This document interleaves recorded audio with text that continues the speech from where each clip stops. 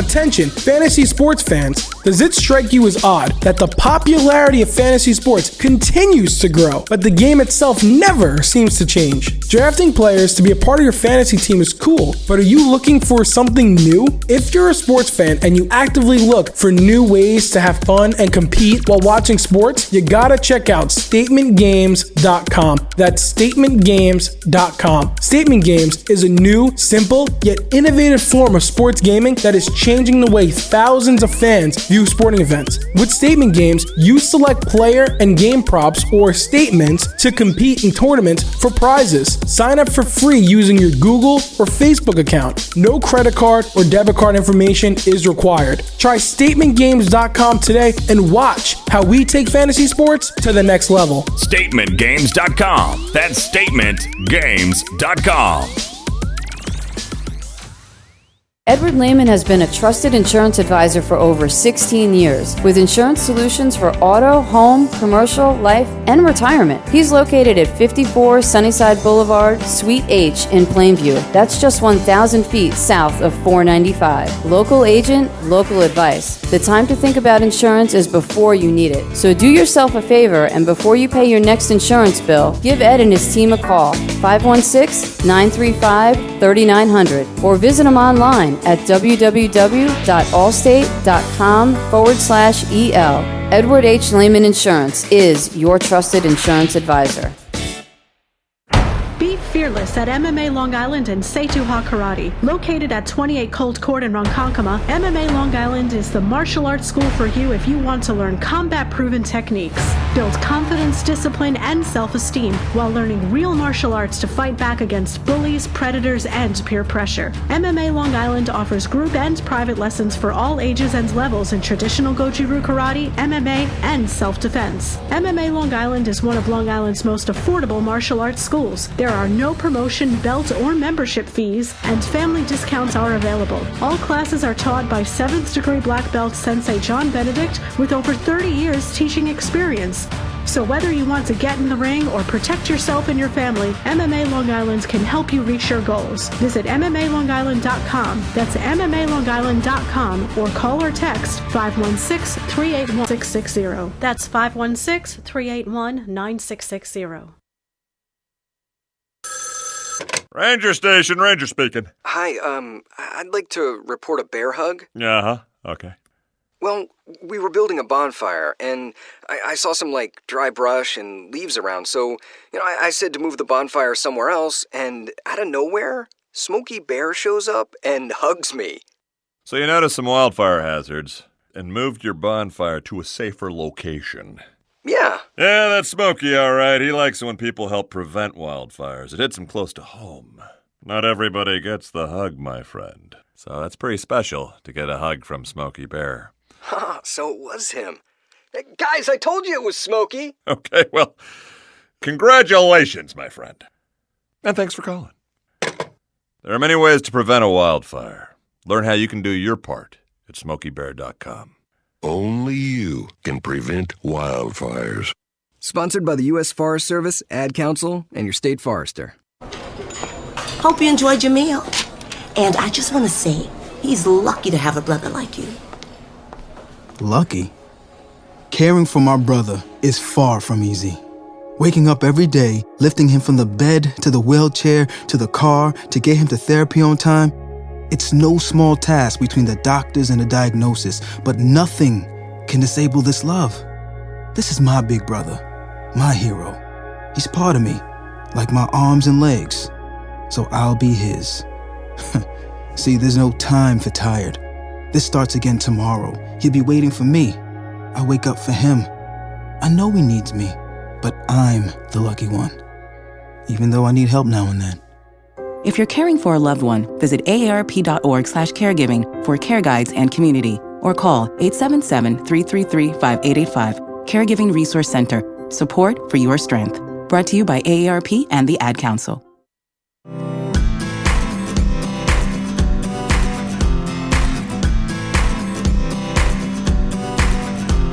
People been saying to your friend, get a different face, and posting on their feed, they're super ugly. The things they say to them online are cruel and they're not true.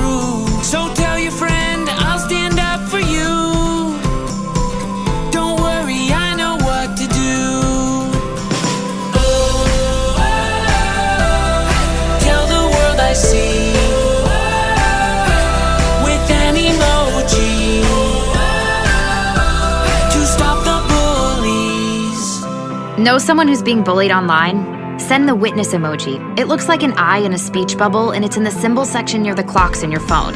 You'll let the world know it isn't cool, and you'll let your friend know you care. Learn more about the witness emoji at iWitnessBullying.org. Brought to you by the Ad Council. It may be hard to believe, but people just like you are already saving money.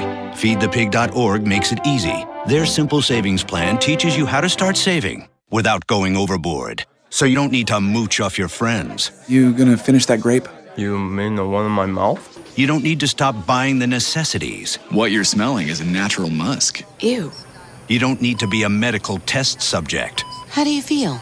Mostly okay. Sometimes, though. You don't need to get a second job as a stuntman. We need a new stuntman.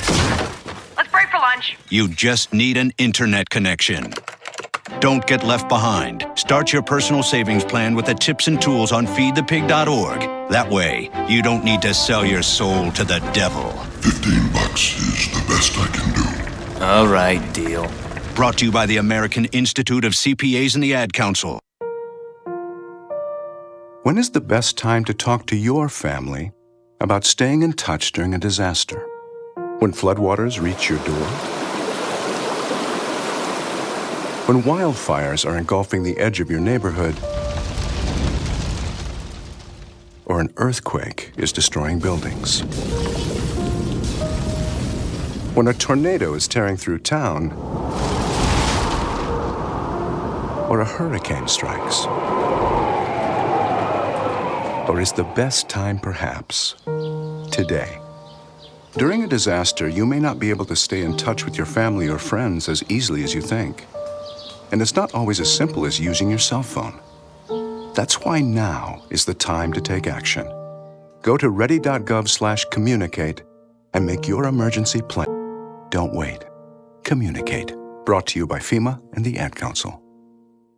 Do current market conditions have you nervous? Our experienced team of financial professionals at Heritage Harbor Financial Associates understands that no two investors are alike. We all have different goals, needs, and appetites for risk. That's why the one-size-fits-all approach does not work, especially when planning for retirement. At Heritage Harbor Financial Associates, we analyze your unique investment style so that you can work toward your individual retirement goals on your terms. Heritage Harbor Financial Associates can help you take steps to reach your retirement goals by providing a wide array of financial products to fit your needs, even for the risk adverse. Give us a call at 631-331-6599 to learn more or to set up an appointment with one of our financial professionals. You can also find us on the web at hhfa.org or on Facebook at facebook.com/hhfa.org. Our number again is 631-331-6599. That's 631-331-6599. Investments in stocks, bonds, and mutual funds and variable annuities are not FDIC insured and are subject to fluctuation in value and market risk, including loss of principal. Heritage Harbor Financial Associates offers securities through LLC, New York, New York. Member FINRA, SIPC. Annuity and insurance products offered through AXA Network, LLC. Hi, this is Terry Crews, actor, former football player, game show host, father of 5, and all-around big dude. I'm also an expert on drama. I know all kinds of drama. There's the good kind that comes with having a house full of kids. There's the bad kind like season-ending injuries. There's the necessary kind like having an agent in Hollywood. And there's silly drama like the drama around my percolating pectorals. And then there's the drama you can skip. Skip the drama that comes with not having your high school diploma or equivalency. Find free adult education classes near you and finish your high school diploma. Visit finishyourdiploma.org. Or text diploma to 97779. Message and data rates may apply. Reply STOP to opt out. That's diploma to 97779. And leave the drama to actors like me. Brought to you by the Dollar General Literacy Foundation and the Ad Council. Adopt US Kids presents Multiple Choice Parenting. Your daughter just had her first breakup. Do you A, put yourself in her shoes? How could he do this to you? And for Sheila, she has split ends. B, console her. Oh, sweetie, this is going to happen a lot. 4, maybe 5 more times before you get married. C, take charge. Got to get this all straightened out. Give a little talking to, man to man, mano a mano. Hey, Steve! Is now a good time? No? Okay, no problem. Bye. Or D, help her find a new boyfriend? I know a great place to meet boys. The internet. Nice, single boys. Never mind. How about some ice cream? As a parent, there are no perfect answers. But you don't have to be perfect to be a perfect parent. Thousands of teens in foster care will love you just the same. For more information on how you can adopt, visit adoptuskids.org. A public service announcement from the U.S. Department of Health and Human Services, Adopt U.S. Kids, and the Ad Council. It's the Worldwide Sports Radio Network.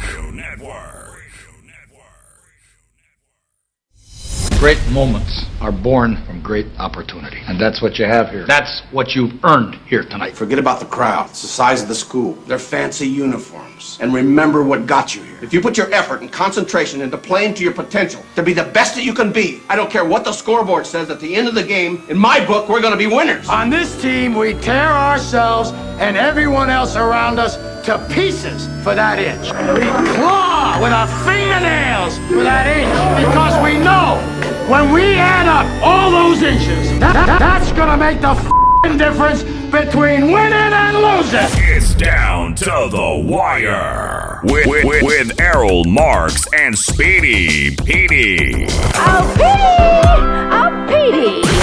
On the Worldwide Sports Radio Network. And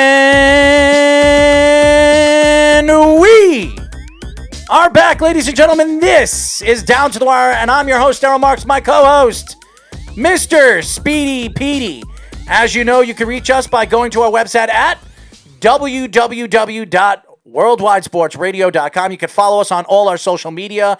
And by the way, we have an app. Yes, our app is up on Android. It will be up on the iOS system very, very soon. How do you find us? You go to Worldwide Sports Radio Network. Yes, Worldwide Sports Radio Network. And you can find us, WWSRN. As you guys know, it's definitely something that people can actually reach, read our blogs, read every single thing that we are doing for events, sponsorships, and every single thing, including our shows. You can watch us, listen to us on our app. So it's going to be a tool for not only the millennials, but some of the older, more radio-friendly people out there, the 60, 50, and 40-year-old people that actually don't know how to use social media like Facebook and Instagram and Twitter. So this will give you the opportunity to link up with us on the social media market. Anyways, before we get into our show, I do want to get into this. And I know a lot of people want to hear what I have to say with which is what is going on right now with our network and what we're moving forward with. Not even our network, but what has happened in the last couple of days and weeks with RTF Sports Radio. And I want to thank all the fans that have voted for us. And I'm talking about all of you guys, every single person, family members, friends, all of you, everybody that has voted for Below the Mic. I want to thank you, every single one of you. I want to thank every single one of you for voting for us. I learned in the last couple of days that, and I don't know the whole story behind it, and I know a lot of people wanted to hear my thoughts to it, so I'm going to give you my thoughts to it. I'm upset because I believe that the voting was not done the right way. And I believe that there was some cheating going on with the voting. Now, I can't prove it, and I'm not going to point my fingers to anybody because I don't know the full truth. But I will say this.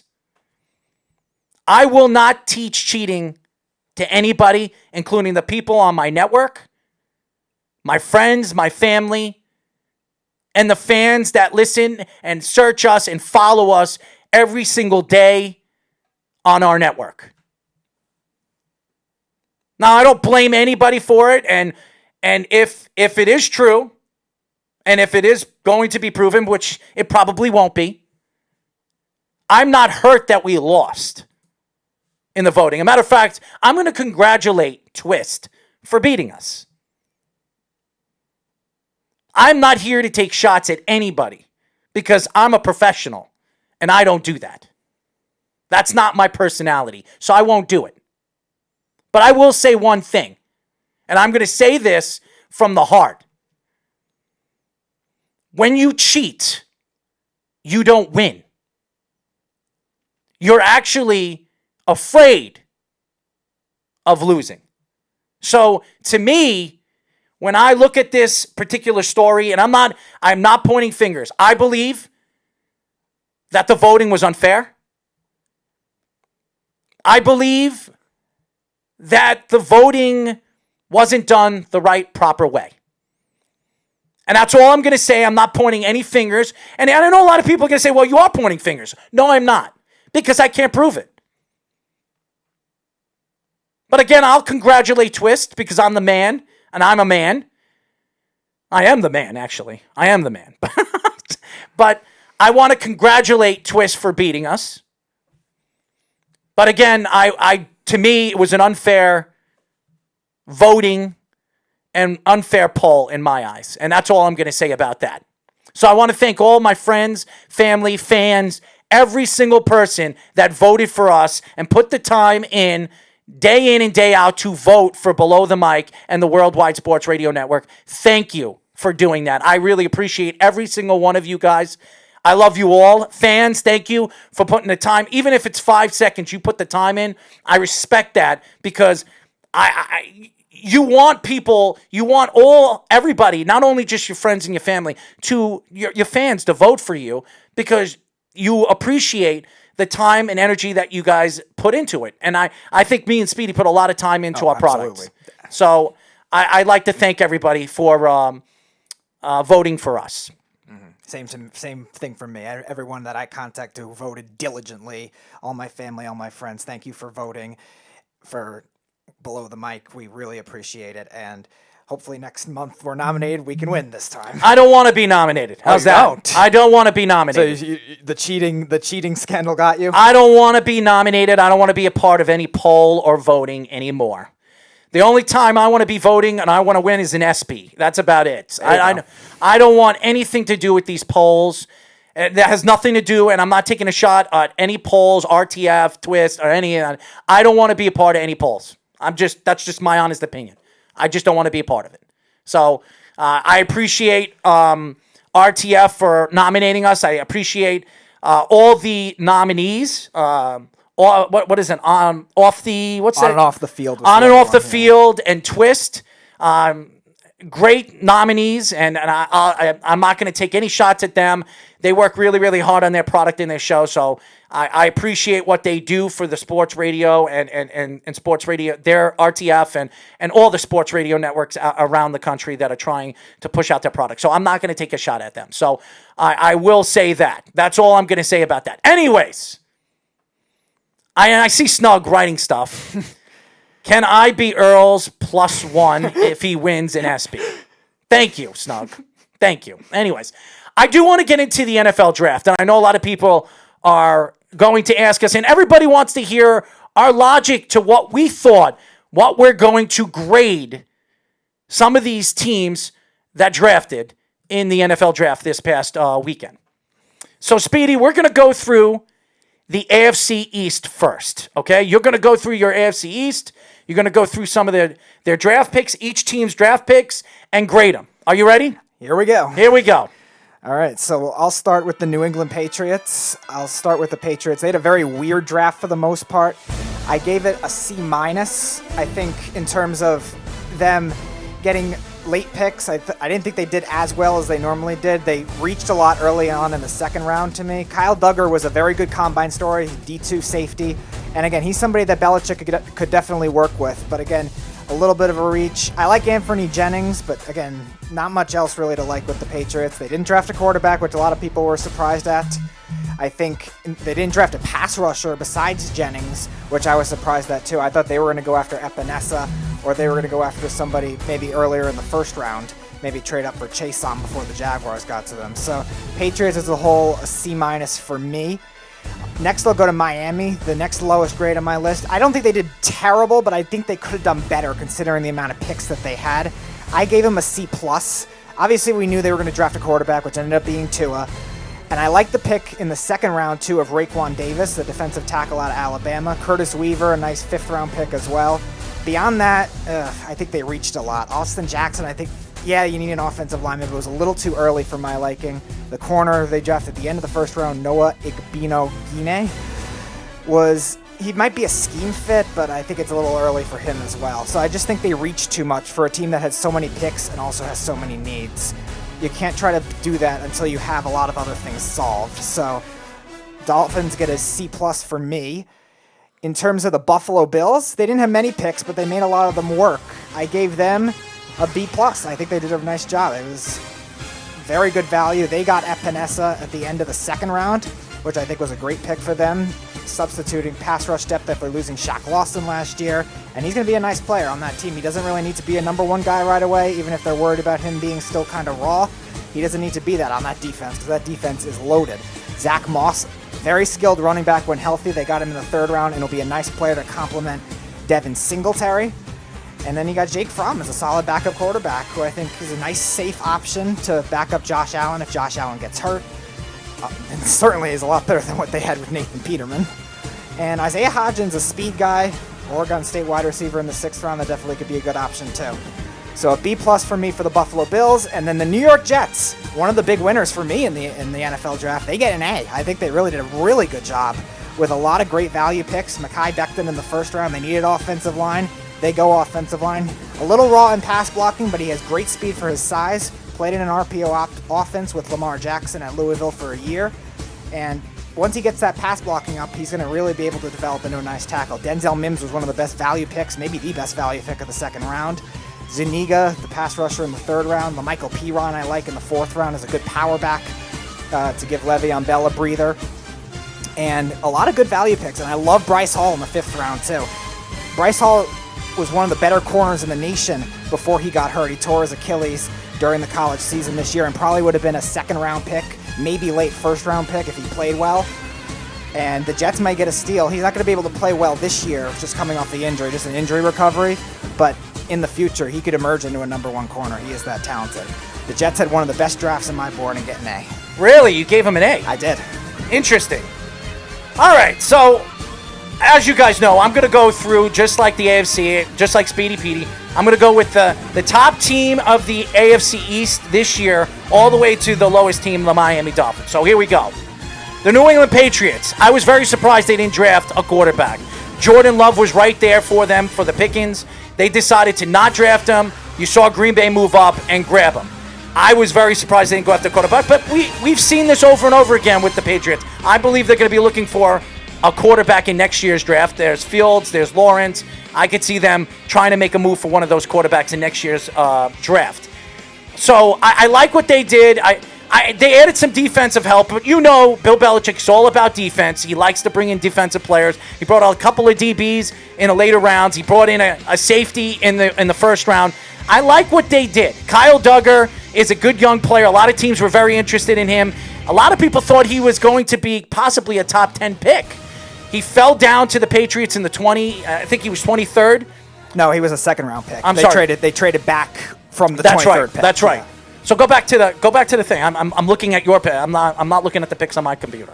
So I like what they did with Kyle Duggar. I also like that they also had another 2nd round draft pick, Josh Uche, whatever his name is, another good player, linebacker from Michigan, very good player, can get to the quarterback, can blitz. This is what the Patriots like to do. They like to try to find linebackers from big programs. You've seen Dante Hightower. They've done this year in and year out. This kid who also played for Michigan, another player that they drafted last year from Michigan. Chase Vinovich. Yep. Chase Vinovich, who they know each other very, very well. Linebackers, both of them are linebackers. They're going to be connected with each other now with the New England Patriots. So I like what the New England Patriots did in their draft. If you were to ask me what I rate them, I rate them a B- for the draft. I thought they were going to go after a quarterback. I thought they were going to go after some offensive linemen, especially a center. I think they need a center on that team. So I was very surprised that they didn't go after a center. Buffalo Bills. Now, I think Buffalo Bills had a very good draft. I really do. Now, you talk about Buffalo. They added Stephon Diggs. They added Josh Norman in the offseason. That was a big pickup for them. Added another corner, a secondary corner that they needed. But in the second round, Buffalo went after, and this is what Buffalo did in this draft. They added offensive weapons for Josh Allen. They added Jake Fromm. I was very surprised about that. But I was very surprised that the Jets added a Morgan in the draft.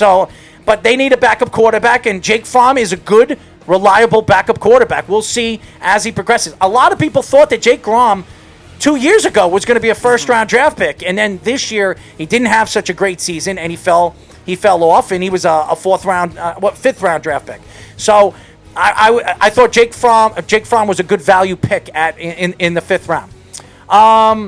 They added a lot of good offensive weapons for Josh Allen. I think that's what you need. You have to. What you see in this division, it's going to transition to an offensive division. You saw what the Jets did. You know what the Patriots are, even without Tom Brady. You know they're going to add offensive weapons as they progressively move forward, in the next couple of years. So I graded the Buffalo Bills a B+. The New York Jets. Now everybody says you're a New York Jet fan, so I'm not going to be biased. I'm going to be honest. I like Becton as the 11th pick. I really do. He's the biggest offensive lineman we've seen in the last 10 years. 6'7", 364 pounds, who can run a 40 in 5.1 seconds. So the speed of this kid, the footwork that this kid has, and even though he doesn't have the longest arms out of all these offensive tackles in this year's draft, he's amongst the top 5 players in this draft with the longest arms. So the guy has tremendous body structure as an offensive lineman, and he can do a lot of things good. He's one of the best run stoppers run blockers in the FBS. So I like what he did. I like what they did over there. Now, round 2, I like what Joe Douglas did. He had the 49th pick. They drafted down. They gave it to Seattle, and they got an extra third-round draft pick, which they traded with the New England Patriots and added 2 fourth-round draft picks and a 6th round next year. So I love what Joe Douglas did. And they still got their player. They still got Denzel Mims, who from Baylor, who's a very good offensive wide receiver who can jump. He could do a lot of acrobatic things, and he's very fast. He ran a 4.3 at the combine. So I really, really like that pick. But I think the pick of the day in round number 3 was Ashton Davis, who was, to me, the second best safety on the board behind, what's his name again, from the Giants? Xavier McKinney. So I like Ashton Davis very, very much, very underrated. And some people think that they're going to use him as a cornerback on this defense. They're going to move him into nickel packages, and they can maneuver him on the safety positions and the cornerback positions as they move forward. I really like this kid. I'm looking at some of the players. James Morgan was, to me, they really liked him. Now, they need a backup quarterback. You saw last year with no backup quarterback how much trouble the New York Jets had last year when they didn't have a backup quarterback for Sam Darnold with the mono situation. So I like James Morgan. He's a guy that he's a project, and I think the Jets really, really liked him, especially at the combine. They gave him high grades. So a lot of people were very surprised, and it was a make-or-break draft because of James Morgan. I beg to differ. I think he was a good pickup.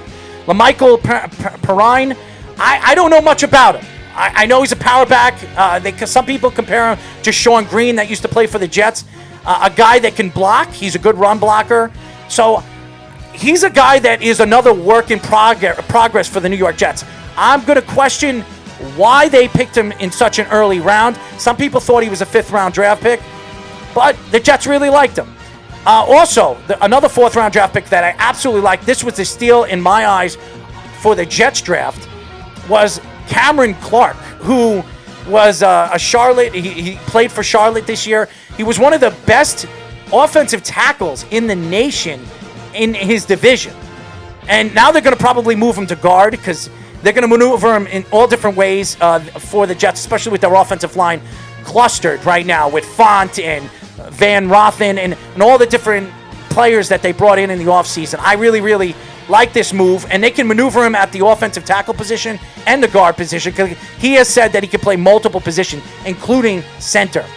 Also, I love their round number 5 pick with Bryce Hall, who could have been a top pick in the first round or possibly a top pick in the second round.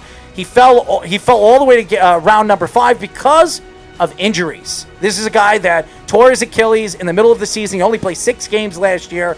Kid's explosive and one of the most underrated corners in this year's draft. The Jets stole him in the 5th round. He could be their starting number 1 next year. He will not play this year with his... they're saying he might play at the end of the season, but he probably will miss the whole season. Right, he's still recovering. With his He's probably Achilles. going to miss half the year at the very most. And you don't expect him to see him probably until the end of the season. And then there's Braden Mann, who I don't know much about, but another pick that a lot of people liked in the round number 6. A guy that a lot of people thought was a 3rd, possibly a 4th round draft pick. He fell all the way to the 6th round. So he's another steal for the New York Jets. So I graded the Jets an A-, B+, A-. That's where I graded the Jets. I gave the Jets the highest grade in their division, not because I'm a Jet fan. I think the Jets did enough in the draft, especially adding offensive line help. They gave themselves a future left tackle. I do believe Becton will start at the right tackle position early in the season and eventually be pushed over there to the left tackle position. They're not going to start him at the left tackle position early because they want to give him confidence. They want him to work on his footwork and all that other stuff that you need to work on before they move him to the blind side of Sam Darnold. So I gave the Jets a B+, A-. As far as the Miami Dolphins, I was questioning the Tua move by them. I know Tua was a highly profiled player coming into the draft. This is a guy that tore his hip. He ripped his hip. He had hip surgery at the age of 19 or 20 years old. He's a quarterback. He uses his hip to throw the ball. So if he gets hit from a 360-pound lineman, what's going to happen to that hip? That's going to be the question. He says he's 100%. The Dolphins think he's 100%. But is he 100%? I don't know. So I'm questioning their first-round draft pick. Then they have a couple of first-round draft picks, but their first pick. Their second pick, Austin Jackson.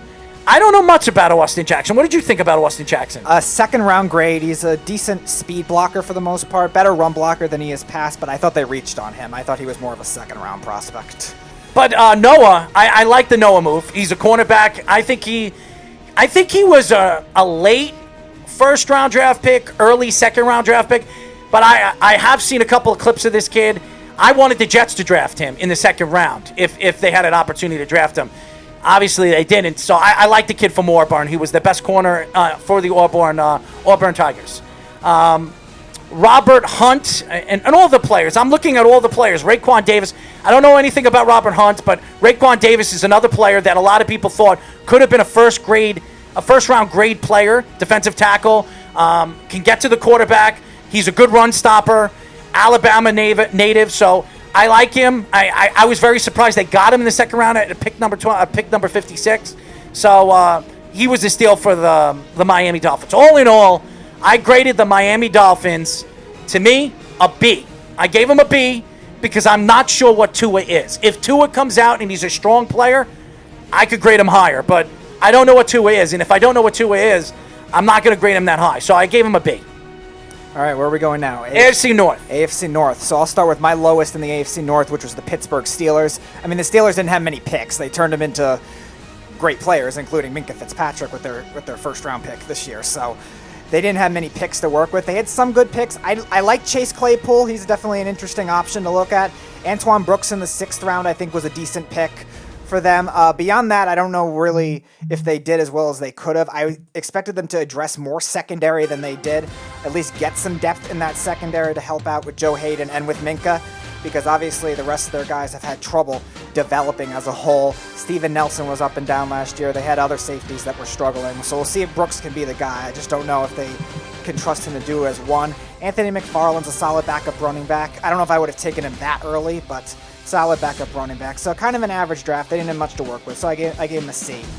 The Browns I'm going to do next. I gave them a C+. I think they had a lot of kind of boomer bust picks. Really, Terrible draft for the Browns. I've reiterated many times I'm not a big Jedrick Wills fan. They took him in the 1st round. I think there were better tackles out there. I know people like him with his speed and his mobility, but his raw strength is not great, and I think for that kind of system, I don't love it.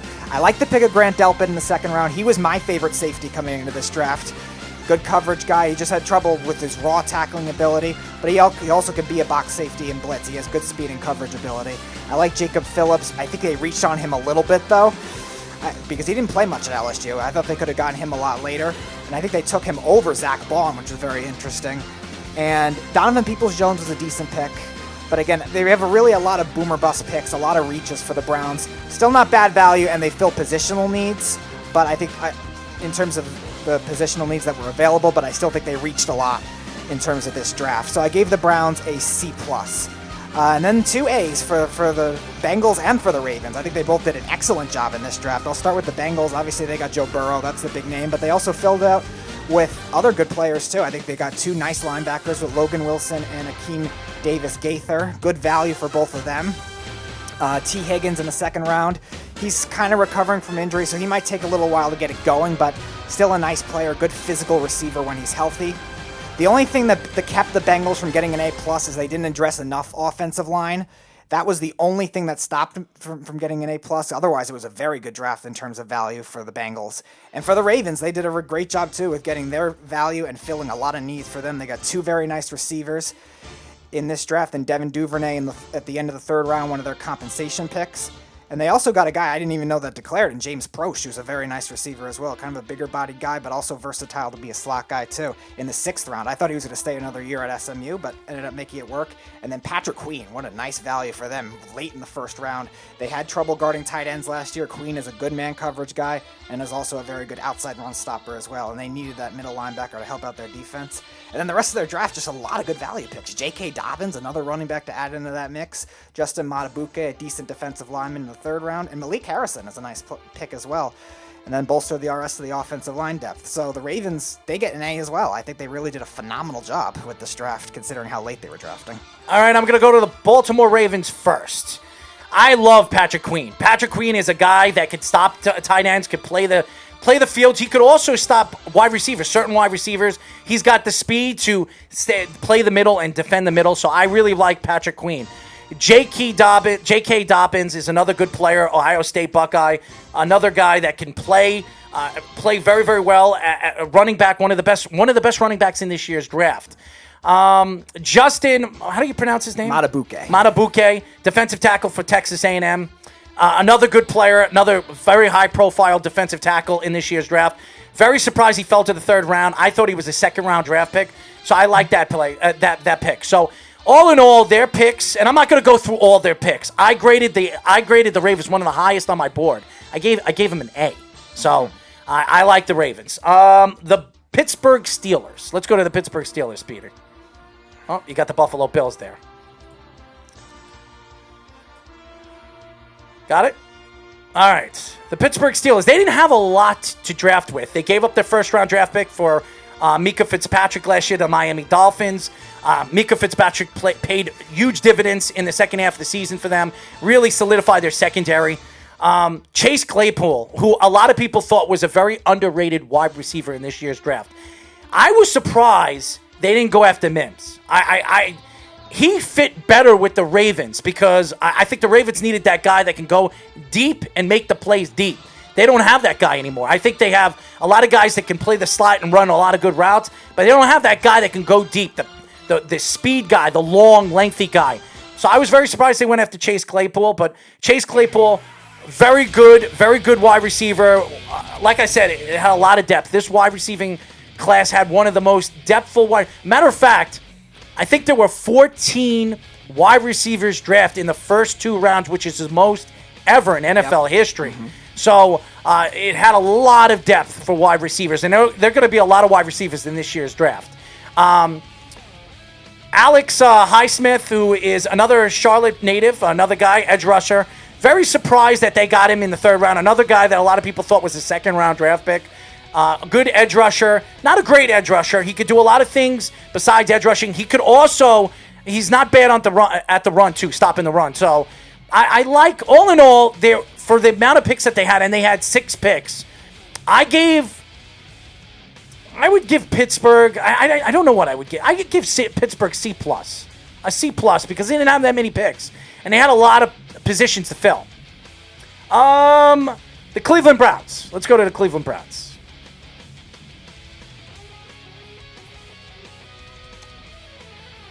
Now, Jedrick Wills. I like him. As an offensive lineman, I thought he was the best overall offensive lineman in this year's draft. Now, Speedy didn't like him. I like him. He's got sensational footwork. He's got the longest arms out of every single offensive lineman in this year's draft. And his footwork's very, very good as well. Is he the fastest offensive lineman? Do you really need to be fast as an offensive lineman? Only if you're a good running team. Now, I do believe when I look at the Cleveland Browns, they have a good running team, and they have Chubbs. They still have Kareem Hunt, who they franchised, and they put a tender on him. And if anybody wants it, I think they put a first-round tender. I think it was a second-round tender. No, it was a first-round tender. Are you sure? I'm pretty sure it was a first-round tender. So he's still on the team. So if a team's interested in him, I don't know if they're going to be able to get him, because I don't know if anybody's going to give up a first-round, even a second-round draft pick for Kareem Hunt right now with all the background and all the different stuff that he's had on and off the field. Maybe later in the season if a team becomes desperate for a running back at the trade deadline. Third round, Jordan Elliott. I think he was a good value pick. Defensive tackle from Missouri. A guy that can is a good run stopper, can get at the quarterback too. I like him too. So all in all, I gave the Cleveland Browns a C-. I didn't like their draft. Besides their first and their third round draft pick, it wasn't the best draft, but they didn't have a lot of picks. So Cleveland, who has had a lot of picks the last couple of years. They had 11 picks last year and 10 picks the year before that. Well, how many picks did they have? 8? Yeah, they had 8 picks this year. Well, again, most of them they traded now for stars because they're getting stars now. When they were trading with all those picks, they were trying to just accumulate picks to rebuild. Well, the Wills move I like, but all in all, I didn't like their draft. Cincinnati, great draft. They really did. Joe Burrows, who... If they protect him, and they still have Williams, who's coming, Jonah Williams, who didn't play at all last year because he tore his ACL, he will play this year.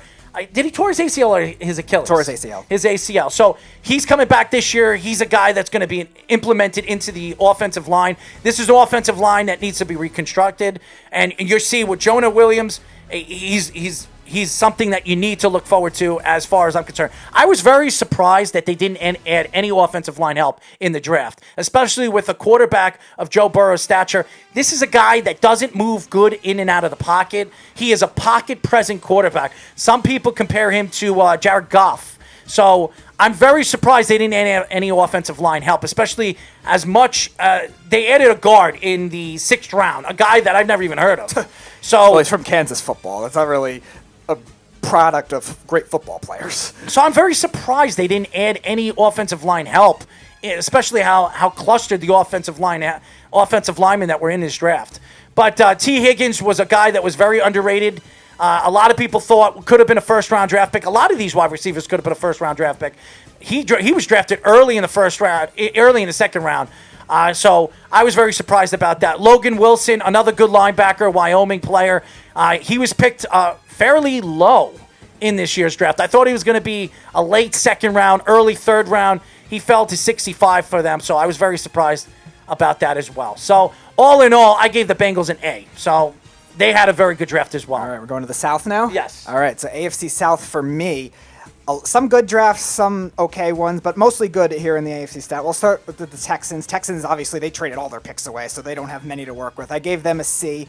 I like their first pick, their second-round pick in Ross Blacklock. He's a good defensive tackle that'll definitely help that run defense. They lost DJ Reader. J.J. Watts obviously had trouble staying healthy, so that will help their run defense, which was very good last year. And now they get a nice pick to help them. Jonathan Greenard's a decent pass rusher in the third round, speed rusher that'll end up helping them. And then John Reed, the Penn State corner, I like in the fourth round. I thought they got good value. But again, all in all, they didn't really have much to work with. Nothing that could really fill their big needs, because beyond that, they've had a pretty bad offseason for the most part. The Titans, I gave them a B. I think they had some good draft picks, some reaches. They had a good mixture of everything, but I think when you talk about filling needs, I think they did a nice job with that. I love the pick of Christian Fulton in the second round. I thought he was a great value pick. Maybe that's him and Mims are probably right there with the best value picks of the second round. Isaiah Wilson is a kind of a backup tackle, developmental tackle. I didn't mind that in the first round. You lost Jack Conklin. Dennis Kelly's a decent tackle, but he's also getting older, and again, he's up and down. Darrington Evans is a pick that was very interesting to me. I thought it was a little early, but it wasn't bad. I like him as a player, good agile running back that could serve as more of a pass-catching option. And again, the Titans can't just wear out Derrick Henry all the time either, because he's a power back. And again, that could wear and tear throughout the season. And then you saw in the AFC Championship game, you could see he was overworked. So the Titans, I think, did a nice job for the most part. And then two teams I think that did very well were the Colts and the Jaguars. The Colts, I gave an A-. Again, another team that did not have a first-round pick. They traded it for DeForest Buckner. But I think they made the most of... Speedy, just don't go through all the picks, because we have to get through the NFC as well. So of course. So I think the Colts, considering that, they got Michael Pittman, they got Jonathan Taylor in the second round. Both are nice players for value. And I think Taylor will eventually start over Marlon Mack later in the season, too, because Marlon Mack is a phasey player. Two late picks I like were Jacob Eason and Desmond Patman as well. Eason, developmental quarterback, but again, Rivers is only there for 1 year, so maybe they can make that work. And Desmond Patman, a nice little slot guy who can end up making a difference as well. And one of my other A's was the Jacksonville Jaguars. I thought they did a very nice job in this draft. Two nice first-round picks with C.J. Henderson and Kayvon Chason. That'll help out that defense. Laviska Shenault in the second round. Nice receiver. Again, he might take a little time to get going because of his injury as well. But again, good depth throughout, too. A lot of picks as well. Getting some depth on that defense. Shaq Quarterman I like in the fourth round, and Davon Hamilton in the third as well. So I think Jacksonville, another one that gets an A for me. All right, so I'm just going to grade because we got to get through this, and we don't have time. As you know, it's 6:42, and we have a special guest, the Cleveland Cavaliers play-by-play announcer. So let's go through it. Houston Texans, I graded them a B. The Tennessee Titans, I graded them an A-. Indianapolis Colts, I graded them an A-. And the Jacksonville Jaguars, I graded them an A-. You got an A-? Yes. All right. So I've got three teams with A-s and one team with a B. Well, the Texans really didn't have much to work with, so it's hard for them. All right, for the West, I had two A's in the West, too. I had the Chargers and the Broncos. I think both had phenomenal drafts. Chargers with Herbert, Broncos with Judy, but also a lot of good value picks throughout that. The Chiefs, I gave a B+. I think they had some good value. I love the pick of Clyde Edwards-Helaire in the first round. And then there's the Raiders, who you've heard me making fun of them all of the draft show on Thursday. They got my worst grade. They got a D. Besides Tanner Muse and Brian Edwards, there were no value picks for the Raiders. I'm sorry. Kansas City, I gave them an A. I think Kansas City had one of the best, really the best drafts. They added offensive help. They added a running back, which they desperately needed at the end of the first round. Probably the best running back in this year's draft. I like what Kansas City did. I give them an A. Denver Broncos, I give them an A as well. The wide receiving core that they added, to me, Judy, who I think is one of the most underrated wide receivers we've seen in the last couple of years. This guy's an explosive player.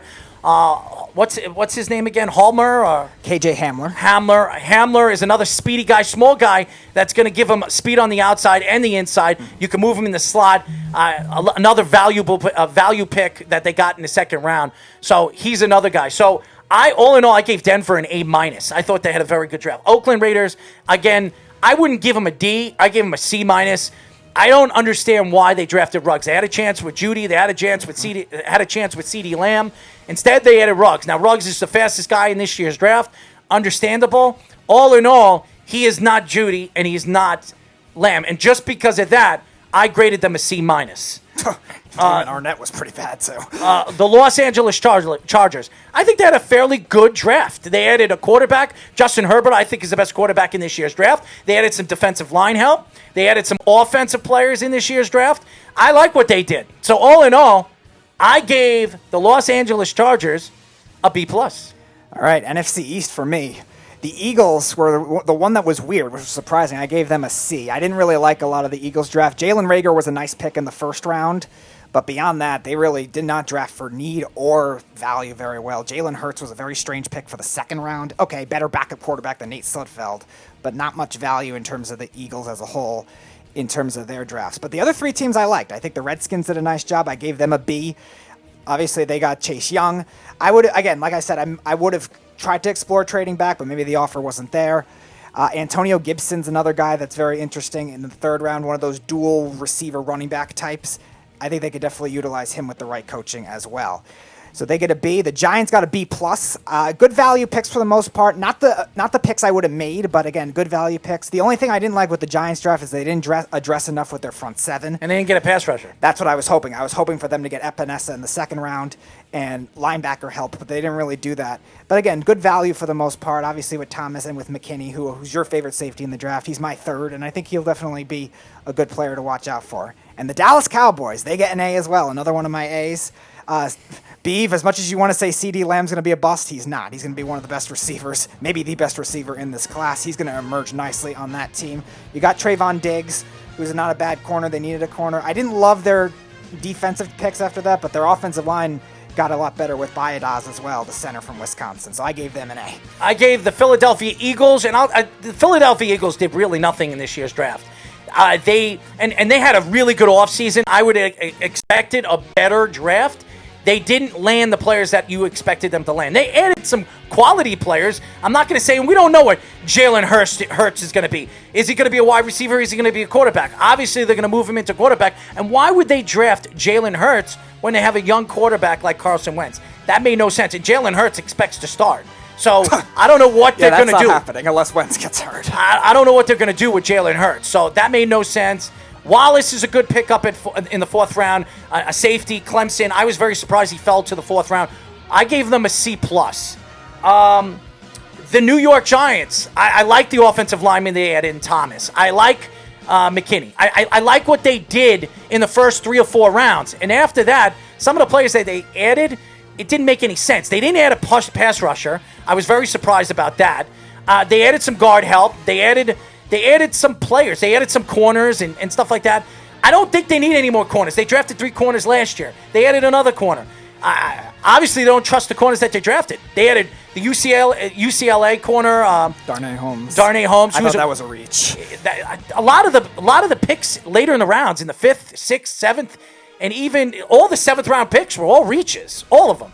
T.J. Brunson, don't even know who he is. I mean, so Chris Williamson, I know who he is. But it's another reach. I think he would have probably been an undrafted player if the Giants didn't draft him. So I was very surprised in the later rounds where the Giants went. So all in all, I gave the Giants a B-. The Washington Redskins, I think they had a fairly good draft. I really do. They traded Trent Williams. You knew you weren't going to keep him. You got a 3rd and a 5th. So that was a good value. San Francisco 49ers, 2 value picks. But all in all, I think they added some quality corners in this year's draft. They added some wide receiving help for their young quarterback. So all in all, I like what they did. So I gave the Washington Redskins a B+. And the Dallas Cowboys, they were on my highest. As far as the board is concerned, I thought the Dallas Cowboys were in the top 3 in drafts this year. They were unbelievable. They got CD Lamb. This was their best. Remember, they didn't have that many picks. They had 7 picks, but all of them were valued. CD Lamb, good player. Trayvon Diggs, good player. Neville Gulmer, another good pick. Reggie Robinson, that was a reach. Tyler Bladas, who could have been the best center in this year's draft. He fell to them. I mean, all in all, this was one of the Cowboys' best drafts. So they were number 1 on your entire board? Number 1 on my entire board. Right, I gave them an A+. They were close to that on mine. We haven't gotten to my number 1 yet. It is not in the NFC North, though. Let's go there now. Start with the Green Bay Packers. You got to hurry up because we have 11 minutes. Packers, a weird draft for them. They didn't get a linebacker. They didn't get a defensive lineman. They didn't get a receiver. So there's a lot of things not to like with the Packers. They reached a lot. I like Jordan Love, and I trust them to be able to develop him. But again, I didn't think they needed to address that this year. The Bears, another team, also I gave them a C-, just like the Packers. I like Jalen Johnson, but beyond that, I don't think they did well at all. Cole Kmet in the second round was a bad reach for me. They don't need tight ends. They need an offensive line and or a receiver. And beyond that, there's really no names that I really like on this list. The 2 teams that did well, both to get A- are the Lions and the Vikings. I'll start with the Lions. They get Okudah. They get DeAndre Swift in the second round, which they need a running back, so that's definitely helpful. Julian Okwara. You like the Lions draft? I do. I think they did a nice job. I know it's strange. Usually I bash them all the time, but I actually did like it this year. I didn't like the draft. Okay. I think Swift will end up helping them, and then Okwara in the 3rd round. They need a speed rusher. The only problem I have with the Lions draft is too much interior and offensive line depth later on, whether I would have looked to develop more on defense.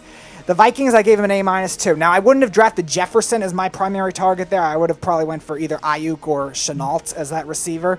But again, they filled the need for receiver. They drafted a couple good corners with Dantzler and Gladney. So they filled their needs a little bit. The only thing they didn't get, like the Giants I was saying, was a pass rusher. So A- for the Vikings.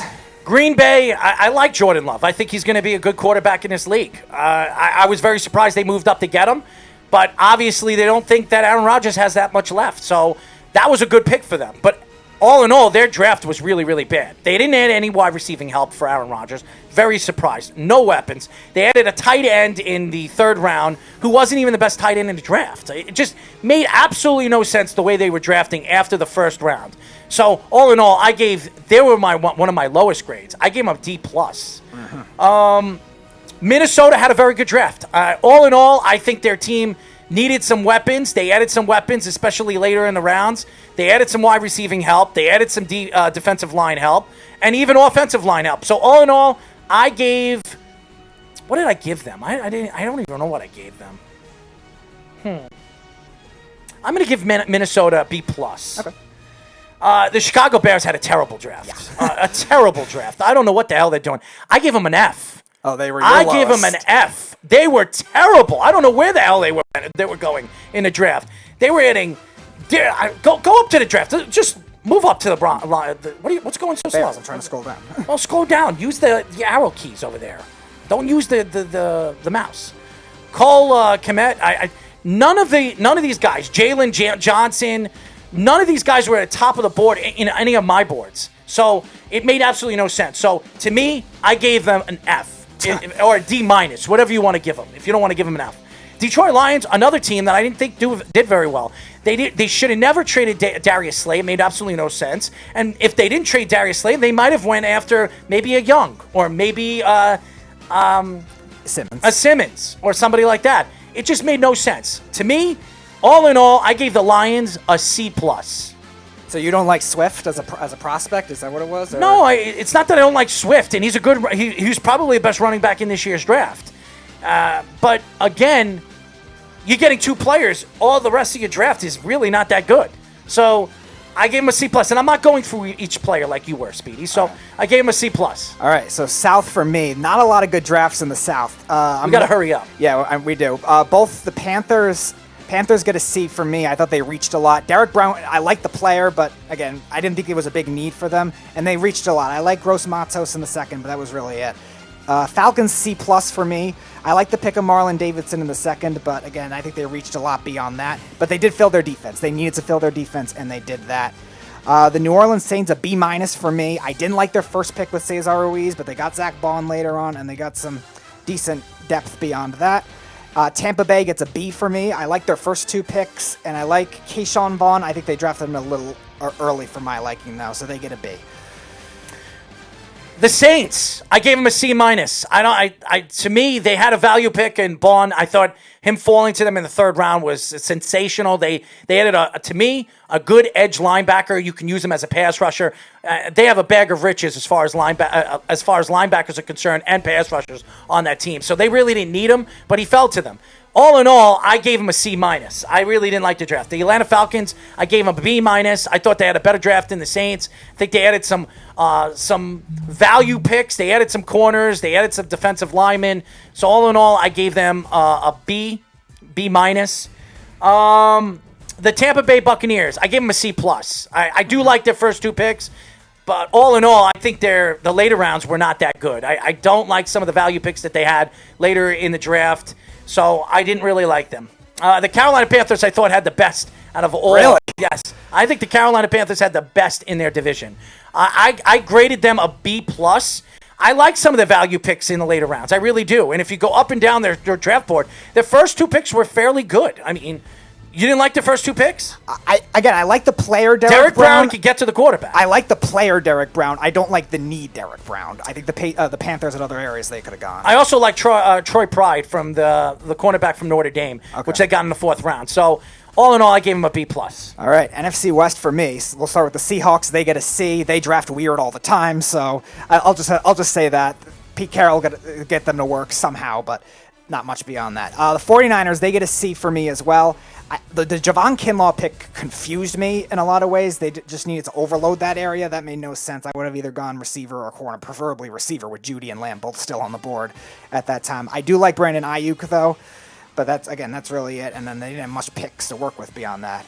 So they get a C. I like the Rams. I gave them a B-. They didn't have many picks to work with, but I think they got some good value. I like Terrell Lewis. I was telling you and Katie about Terrell Lewis for the Jets. He ended up going to the Rams.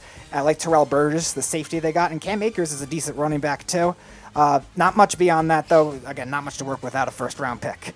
And then my A+ was the Arizona Cardinals. I think they had the best draft of all. I think they had a ton of great value. Isaiah Simmons in the first round. They get a first-round caliber offensive lineman, late first-round caliber offensive lineman in Josh Jones. 2 good interior defensive tackles. And Evan Weaver, 6th round. Eno Benjamin, 7th round. Those are guys I had as more 3rd, 4th round picks, and they got him that late. That's really impressive. They are my lone A+ in the Arizona Cardinals. Really? Yes. All right, I thought Arizona did very, very well, like you were saying. So I gave Arizona, Isaiah Simmons fell to them. I was very surprised he was going to fall to them. Thought he was a top 5 pick. I think he was the best player in this year's draft.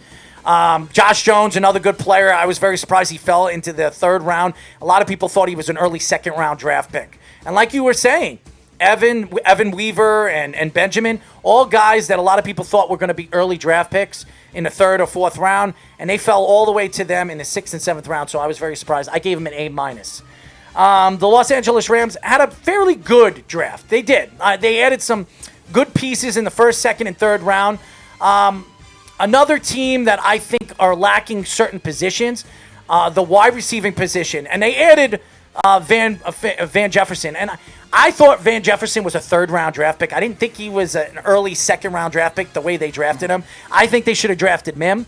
I was very surprised they didn't draft Mims, and I thought the Jets were going to draft Van Jefferson because Van Jefferson's father is the wide receiving coach for the New York Jets. Right. Mm-hmm. So I thought Van Jefferson was going to go to the Jets. That didn't happen. All in all, I gave the Rams a B-. Seattle, they did not have a good draft. I don't know they always draft weird. I don't know what Seattle was doing in this year's draft. But again, these value picks that they had could turn out to be great players. So all in all, I gave Seattle a C+. And San Francisco, making that trade for Williams, I think really, really helped their draft. I think their draft early did not look good. Later in the round looked better. I think they had a lot of good value picks in the later rounds.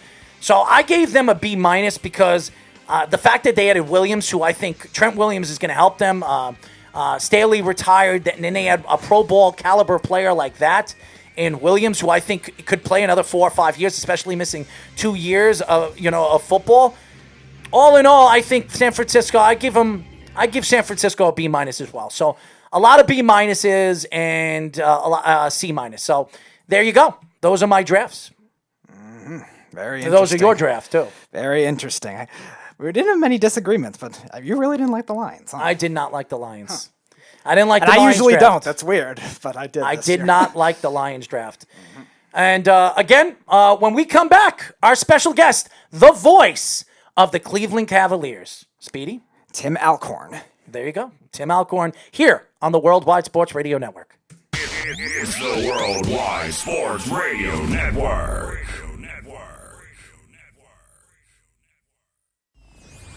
Attention, fantasy sports fans. Does it strike you as odd that the popularity of fantasy sports continues to grow, but the game itself never seems to change? Drafting players to be a part of your fantasy team is cool, but are you looking for something new? If you're a sports fan and you actively look for new ways to have fun and compete while watching sports, you gotta check out StatementGames.com. That's StatementGames.com. Statement Games is a new, simple, yet innovative form of sports gaming that is changing the way thousands of fans view sporting events. With Statement Games, you select player and game props or statements to compete in tournaments for prizes. Sign up for free using your Google or Facebook account. No credit card or debit card information is required. Try StatementGames.com today and watch how we take fantasy sports to the next level. StatementGames.com. That's StatementGames.com.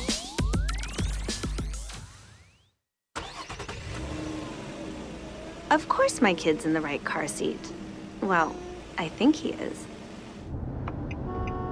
Yeah, my kid's in a booster seat. He was ready to move up. He is ready, right? Her car seat looks like the right size. There are probably rules on when to move up to a booster seat, aren't there? Rear facing, forward facing? I think I have it right. Car crashes are a leading killer of children 1 to 13. Are your children in the right car seat for their age and size? Don't think you know you know. Go to safercar.gov/the right seat.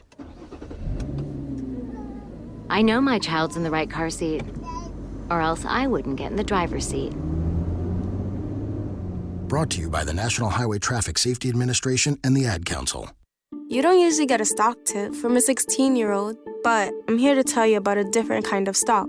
It's called Better Futures, a stock for social change that's not about making money. Instead, you invest to help students like me go to college. This is beyond a simple donation. It's the opportunity for America to invest in its kids and take an active stake in the future of the country. The return on your investment isn't money. What you get back is knowing you protected our potential. So one day, that potential can grow up to become surgeons and architects, executives and engineers, people who can change the future just by being a part of it. My name is Alicia, and I'm your dividend. Invest in better futures with UNCF. Visit uncf.org/invest.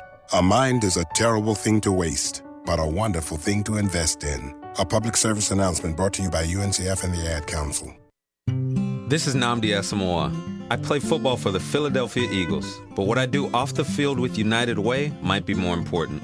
I'm a volunteer tutor and mentor. Why? Because over 1 million kids a year drop out of school, and that's not okay. It takes 12 years to create a graduate, but it takes about the same time to create a dropout. And the difference between a child becoming one or the other could be me, or it could be you. Studies show that if we get to these kids earlier, their chances are better, and kids who read well by 3rd grade are more likely to graduate. So join me in United Way. Suit up and take the pledge. Become a volunteer reader, tutor, or mentor, because when a child succeeds, we all succeed. Give, advocate, volunteer, live united. Take the pledge at unitedway.org. Brought to you by United Way, the Ad Council, and the National Football League. It's the Worldwide Sports Radio Network. You're listening to Down to the Wire on the Worldwide Sports Radio Network.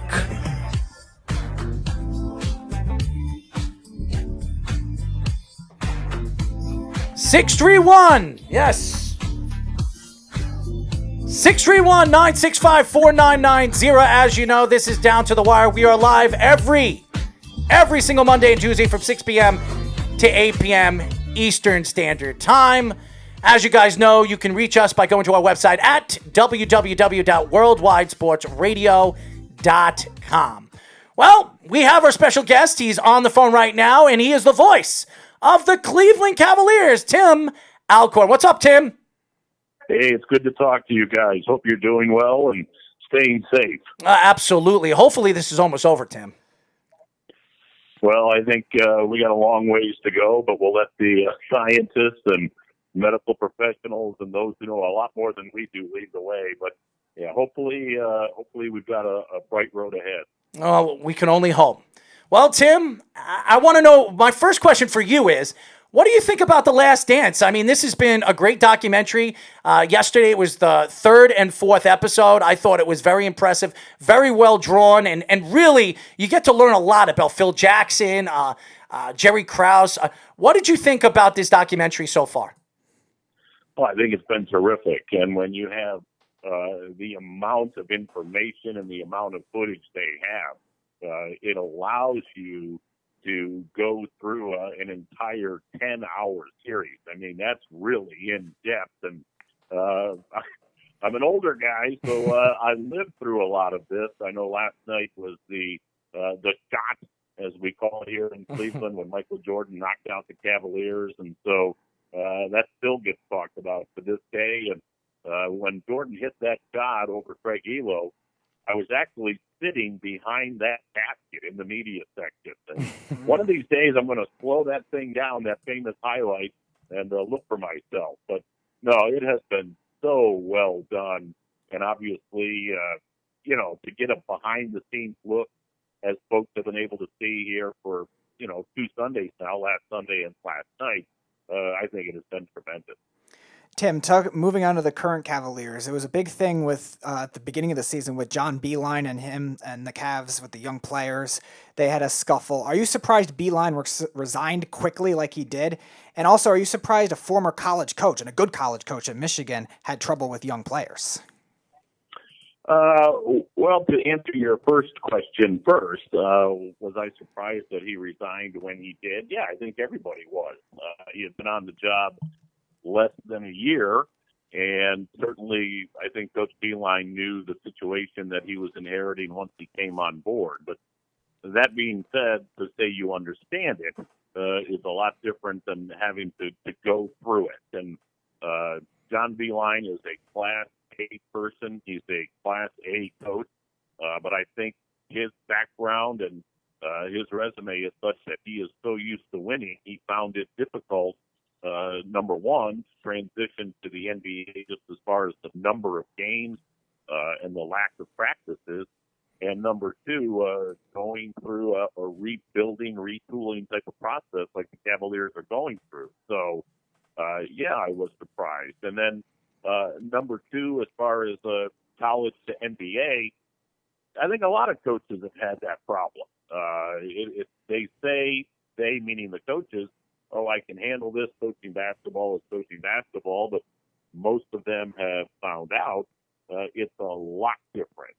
Not just, the veteran guys who are older, they're not college age. And as I alluded to earlier, the limited number of practices you have once the season gets going, that schedule is unrelenting. The games just keep coming, and you don't have a lot of practice time in between. And I think for a young basketball team, that presents challenges. And for a coach coming from the college background that John Beeline came from, that was a very, very challenging adjustment. We are talking to the voice of the Cleveland Cavaliers, Tim Alcorn. Tim, the roster, and Andre Drummond is one of the best rebounders in the league, one of the best big men in the league. What were your thoughts when the Cleveland Cavaliers made that trade and brought in Andre Drummond? Well, first of all, it was a no-brainer as far as acquiring Andre Drummond for what the Cavaliers had to give up. And again, that's not a knock on John Henson or Brandon Knight, two terrific guys, and they were really good teammates and true professionals, but they certainly were not in the Cavaliers' plans, and they were on expiring contracts and so forth. So to give those two guys up along with a second-round draft choice for a perennial all-star center, I mean, that's a no-brainer. I think one of the disappointing things as far as the league coming to a halt as it did was J.B. Bickerstaff, now the head coach of the Cavaliers. He really didn't have an opportunity to see what he could do with Andre Drummond as far as different lineup combinations and that sort of thing. So, but it was a great deal at the time that it happened. When the NBA starts back up again, and we certainly hope that happens, then hopefully J.B. Bickerstaff is going to have an opportunity to see what Andre Drummond can add to this lineup, because his resume and certainly his stat sheet, it speaks for itself. There were stories coming out from Cleveland over, in the last couple of months that Kevin Love wants out of Cleveland. There were stories coming out in L.A. that L.A. was going to try to make a trade at the trade deadline for Kevin Love because he fit very, very well with LeBron James in Cleveland when they won the title. What are your thoughts on Kevin Love? Do you think he wants to be there, or do you think he wants to be traded? Well, believe me, those conversations are well above my pay grade, I think. Conversations are always happening with GMs in the NBA. That's part of their job. They have to do that. If not, they're not doing their due diligence. So how many of those conversations took place or how in-depth those conversations went, I don't know. I can only say that Kevin Love has been the consummate professional this year with the Cavaliers. His effort has spoken for itself. He's averaging pretty close to a double-double every night. So his effort has been there. His professionalism has been there. And, again,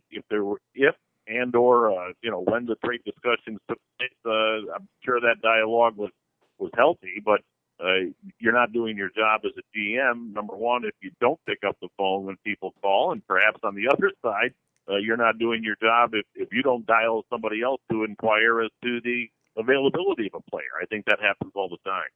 We are talking to the voice of the Cleveland Cavaliers, Tim Alcorn. Tim, dealing with Kyrie Irving now, obviously he was with the Cavaliers for a long time when LeBron was there and even before LeBron was there. And kind of at the end of his Cavs career into now, we've seen a lot of antics that have always been talked about. Are you surprised this drama has gotten to the level that it has over the last maybe 5 years or so? Well, number one, I wasn't working for the Cavaliers when Kyrie was playing here. I was working for a radio station that was a Cavaliers affiliate. So I certainly had covered Kyrie Irving, but not on that day-to-day basis as the play-by-play guy. This is my first year as the play-by-play guy. But Kyrie is one very unique individual. He says some things and he does some things that'll really make you scratch your head sometimes. His basketball playing ability is beyond question. I mean, he is just a terrific player, but sometimes it's a little more than that, as they found out in Boston and in your neck of the woods in Brooklyn, as far as what he would say or what he would do that would raise eyebrows. So he's a unique character in that locker room, and I think he pretty much made it known when he left Cleveland that he kind of wanted to be the guy, to be the alpha male on a team. And when he got to Boston, he found out it's not as easy, and it certainly may not be the position that everybody is designed to be put in. So he's a very intriguing guy. His basketball ability is just outstanding. Tim, what are your thoughts of LeBron James? I mean, he brought a championship home to Cleveland. I know you were there. You weren't the play-by-play guy. But the greatness of what he gave to the Cleveland Cavaliers coming back from Miami, he left Cleveland. They were burning his jersey. Then he went to Miami. He won 2 titles in Miami. And then he went back to Cleveland because he wanted to bring a title to Cleveland because Cleveland hasn't seen a championship in over 50 years. What did he bring to the Cleveland Cavaliers when he brought that championship home? Oh, wow. That's a great question. I mean, and it would take quite a while to answer. I mean, there's been books written about it. But the long and short of it is, I'll simply say that LeBron James delivered. He came back to Miami, came back to Cleveland from Miami, and in the initial letter that he wrote in Sports Illustrated, he said, my desire is to bring a championship to Cleveland. And he delivered, and especially the way that they came through in 2016, being the only NBA team to come back from a 3-1 deficit, winning games 5 and 7 on the road in Golden State. I think years from now, decades from now, as much as we marvel at that now, we're just going to be astonished by it once it really gets into history, because he basically carried that team on his back. He delivered a promise that really was pressure-packed.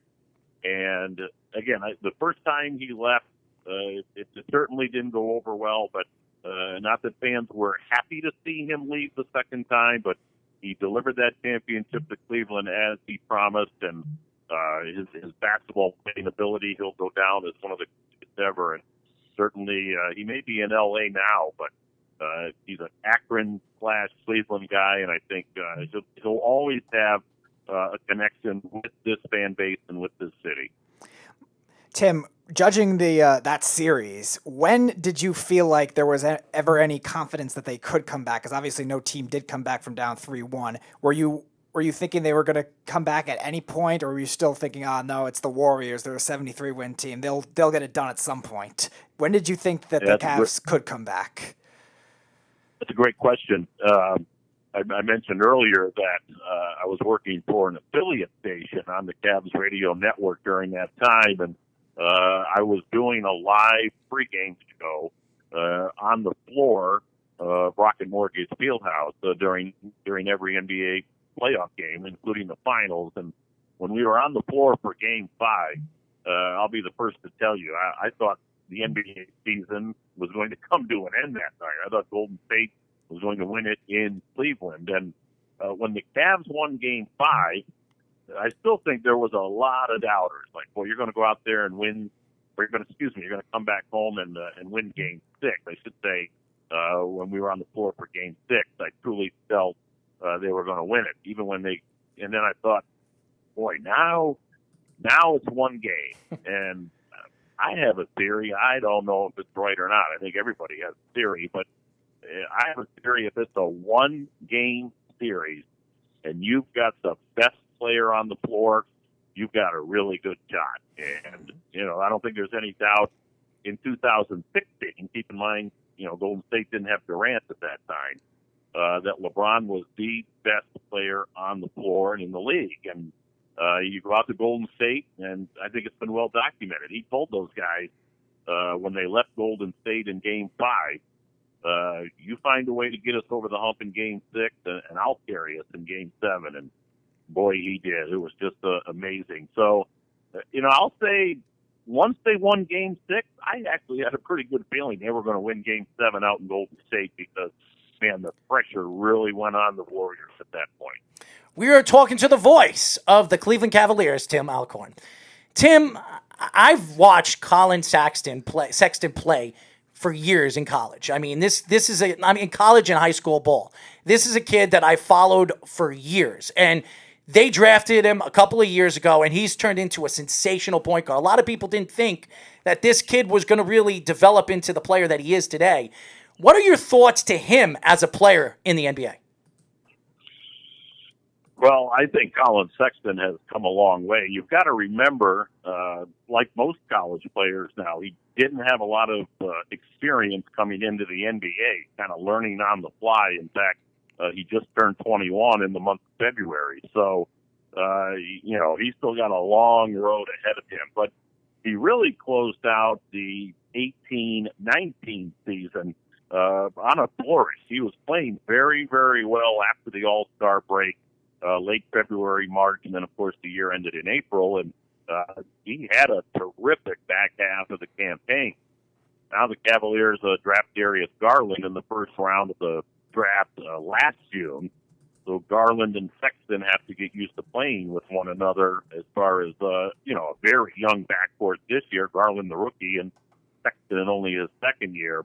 But, boy, Colin Sexton, once he got comfortable playing with Darius Garland and obviously Kevin Porter Jr., another rookie on the Cavalier roster, Sexton just became this consistent scoring machine from about early February on. He was just racking up game after game of 20-plus points. He had career highs in 3 consecutive ball games. He's a very consistent scorer, and his game is improving. So I think the upside, I think the ceiling for Colin Sexton is just tremendous. Tim, I know a lot of people know the story between LeBron James and Dan Gilbert. And Dan Gilbert is a very emotional owner. He likes to talk to his players and talk to the fans as well. He sends out letters. He talks to newspapers, and he loves to go in Cleveland. He loves to go on radio shows. We all know about Dan Gilbert. But what are your thoughts to their relationship when he was in Cleveland, LeBron was in Cleveland, and now that he's away from Cleveland? Are they ever going to build a relationship ever again after him handing his first LeBron giving him his first championship and giving Cleveland his first championship and then practically pushing LeBron away? That's a good question, and I don't think anybody ever really knows truly the relationship between management and a player, ownership and a player. I will say this, Dan was very upset, as was the entire Cleveland fan base, when LeBron left Cleveland the first time and went to Miami. He was much more gracious, and he was much more complimentary of LeBron when LeBron went to L.A. a couple of years ago. So, I think there were some mending of fences, as I alluded to earlier. LeBron put an inordinate amount of pressure on himself to say, my goal is to bring a championship to Cleveland, and he did it. And I think Dan Gilbert has recognized that, in his goodbye letter, for lack of a better term, to LeBron when LeBron went to the Lakers. He said, we'll welcome you back when we hang your number from the rafters. So, I think in the smoke of of war, as they say, sometimes things get lost. But now that the two sides have kind of been through those battles together, I think there's respect on both sides. And certainly, as I said, LeBron delivered on what he promised. So I think Dan Gilbert really respects that and appreciates that. Tim, last question for me. This is actually referring to your broadcast career. I found an interesting story about when you were with your previous station before you became with the Cavs play-by-play. It's interesting that I found out you actually interviewed one of the high school football coaches that I think won a state championship from a bathroom stall. Is there an interesting backstory to how that ended up happening? Yeah, well, when you did high school sports for as long as I did it, there were, oh my Lord, there's a multitude of stories I could tell. And the gentleman that was doing that article, he said, what's one of the more interesting ones? And that's true. We were looking for a place to do a pregame, conversation for 5 or 6 minutes, and there were all sorts of football players roaming around, 50, 60 football players, and he's like, man, it's loud, it's not background noise, and it was actually the coach that said, well, I know there's somewhere we can go that if we lock the door, nobody's coming in. And next thing I know, we were straddling a toilet in the men's room, and that's where we did the pregame interview. And it was it was one of those things you look back on, and you guys know if you're in broadcasting, you just find a way to get the job done, no matter how you have to get it done. So. And you know what? I loved doing high school sports. I still keep in touch with the high school coaches and those who I interacted with at that radio station, and great memories, great times, and there's something very special about it. But that being said, I'm incredibly blessed to now be doing Cavaliers basketball. It's my first year on the job, and I have absolutely loved every minute of it. Tim, how's your family doing from all the COVID-19? And really, you told me you have a lot of family that is from Long Island. How's your family doing? Well, here in Ohio, my family's doing well. My wife and I have 4 older children. We have a daughter who's in Columbus, Ohio, which is pretty much in the middle of the state, and she's down there, and she's doing well. We've got another daughter who was at law school at Michigan State, up in East Lansing, but they pretty much closed everything down, and so she came home with us for the last few weeks of her semester just to, be around some people. So she came back home, and then we have 2 sons that are here with us. So, all in all, knock on wood, we're doing very, very well. And as I mentioned to you before we came up live, I do have a lot of family in the Long Island area. My mom's side of the family is from New York, and actually I have a brother that lives right outside of Albany, not quite where you are, but in the New York area. So my best wishes and my prayers are with all of those in New York. Certainly, this has been staggering for the whole country, but boy, your state has just been incredibly hard hit. So thoughts and wishes with everybody in the Empire State. The great Tim Alcorn, guys. If you guys don't know who he is, he's the voice of the Cleveland Cavaliers. This is his first year, by the way, which he actually told Speedy. Speedy didn't even know it was his first year. So, Tim, why don't you tell everybody how they can find you? I'm sorry, I didn't catch that. How they what? Tell everybody how they can find you on social media. Oh, social media. Well, I'm on Twitter at Cavs Alcorn. I'm on Facebook. It's a public account, so I do a lot of posting about the Cavaliers on those 2. So believe me, if anybody wants to hit me up, they're more than welcome to. One more question before I let you go. Are we going to have an NBA season?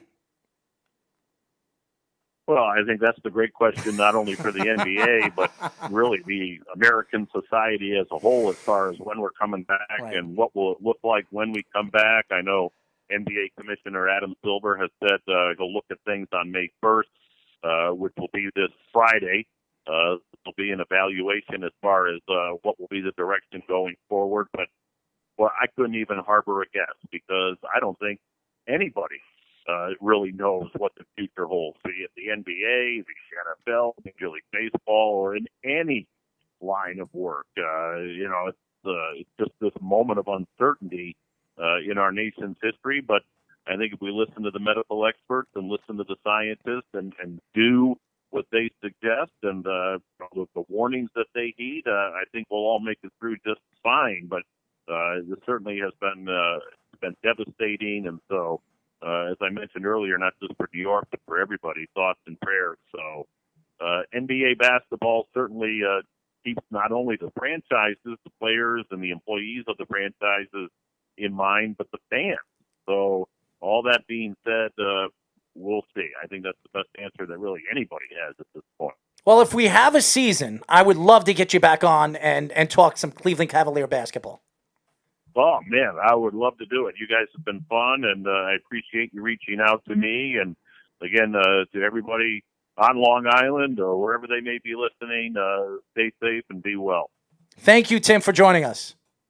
All right. Thank you for having me. Thank you very much. Tim Alcorn, the voice of the Cleveland Cavaliers. Ladies and gentlemen, when we come back, we're going to get into the last dance. The Chicago Bulls. I have a lot to talk about. I learned a lot of things backstage of Phil Jackson, Scottie Pippen, and Dennis Rodman. When we come back, we're going to get into that here on Down to the Wire. You're listening to the Worldwide Sports Radio Network.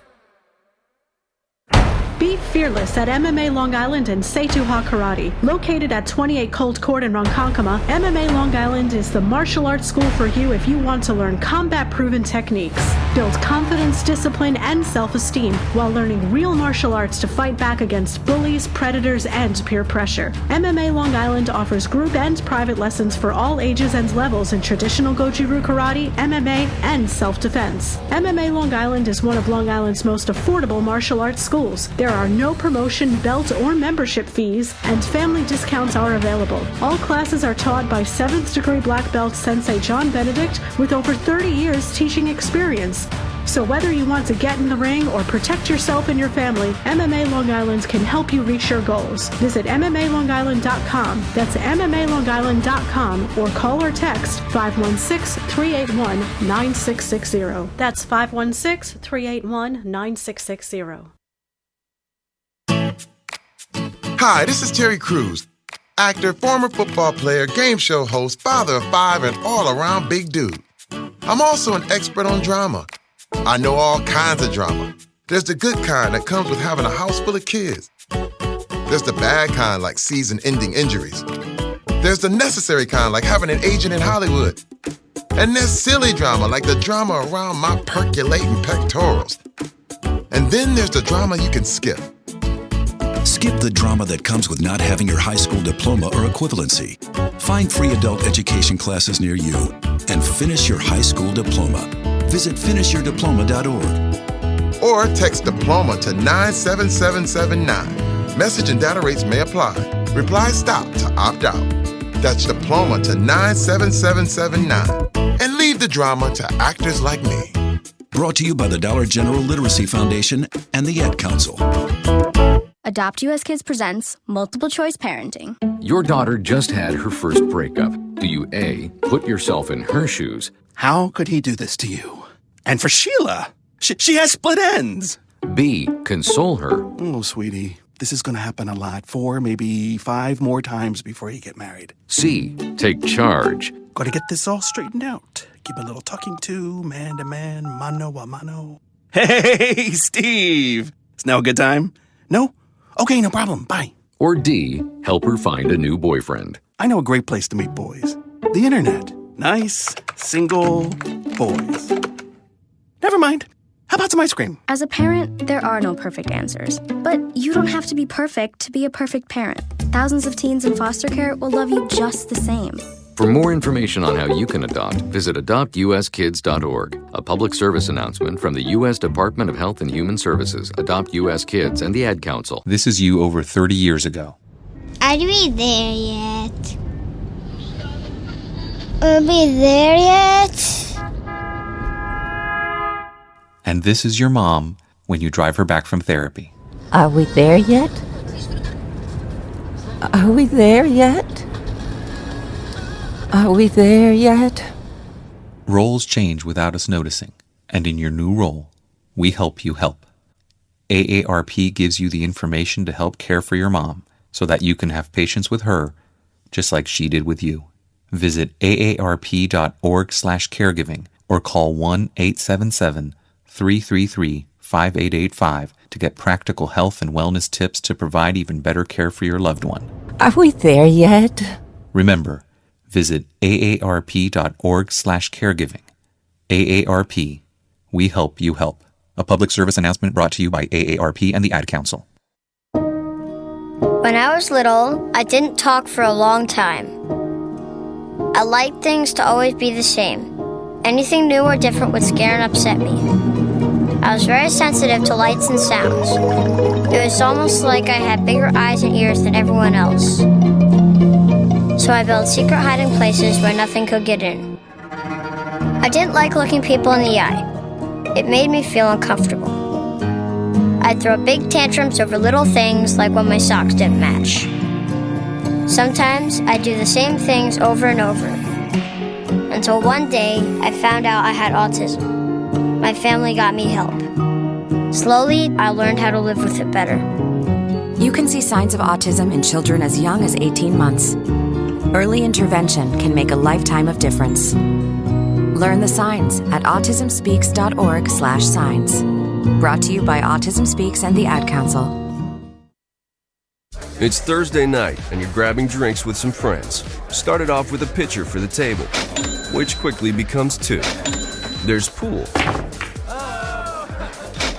And there's the photo booth. All right, everybody squeeze in. Say cheese! Followed naturally by an order of wings. And another. Can we get some extra ranch sauce?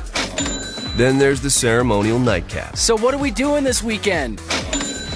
And lastly, it's back to the car, which, if you're buzzed,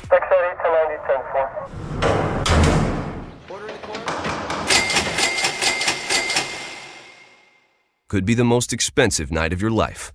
Getting pulled over for buzz driving could cost you around $10,000 in fines, legal fees, and increased insurance rates. Nothing kills a buzz like getting pulled over for buzz driving. Driving is drunk driving. Brought to you by the National Highway Traffic Safety Administration and the Ad Council. It's the Worldwide Sports Radio Network. You're listening to Down to the Wire on the Worldwide Sports Radio Network. Oh, get it? What? Little Snoop Dogg, baby.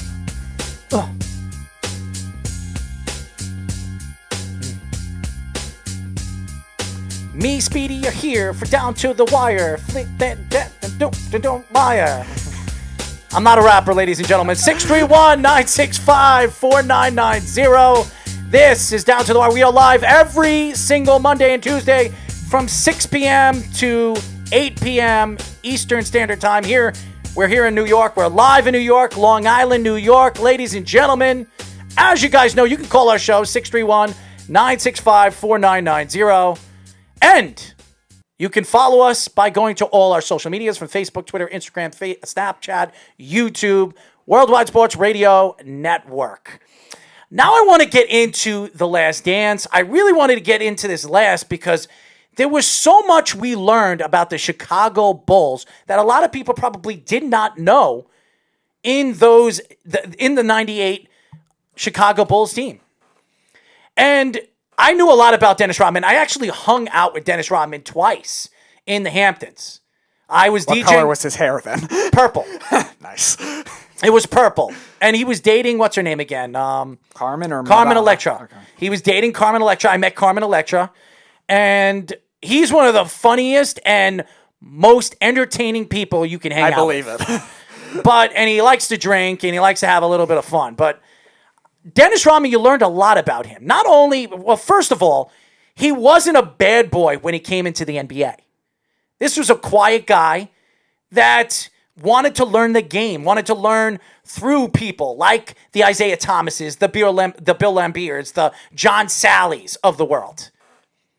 He became a tough man, a bad boy, really, when the Detroit Pistons were called the Bad Boys. And he threw people around. He really changed the game. He changed the NBA game because it became a bruising NBA game when he stepped on the basketball court. Dennis Rodman was one of the most underrated big men we have ever seen play the game. Not because of his personality, but because of his game. When you come to the NBA, you want to be that offensive player. You don't think defense, you think offense. I want to score 30 points. I want to have 9 or 10 rebounds and get about 5 or 6 assists, and I want to be the best player in the league. Right. Players don't get fired up like he did with defense. But he transitioned the game. He changed the game. And everybody's going to say, well, what about Bill Russell? What about Will Chamberlain? Those guys changed the game in their time. Mm-hmm. Dennis Rodman changed the game in the 80s, the 90s, and the early 2000s. And what he changed was he changed a style of game that you cannot push him. You can't push him around, and you can't push his teammates around, or he's going to push you around.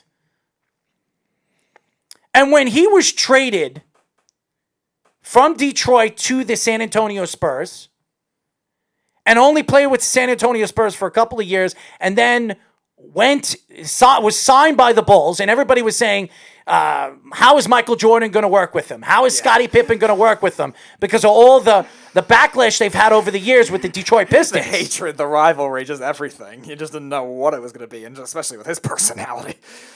You really learned a lot in this documentary on how Michael Jordan and Scottie Pippen took him in, no matter what he does, partying and acting like an idiot on and off the court.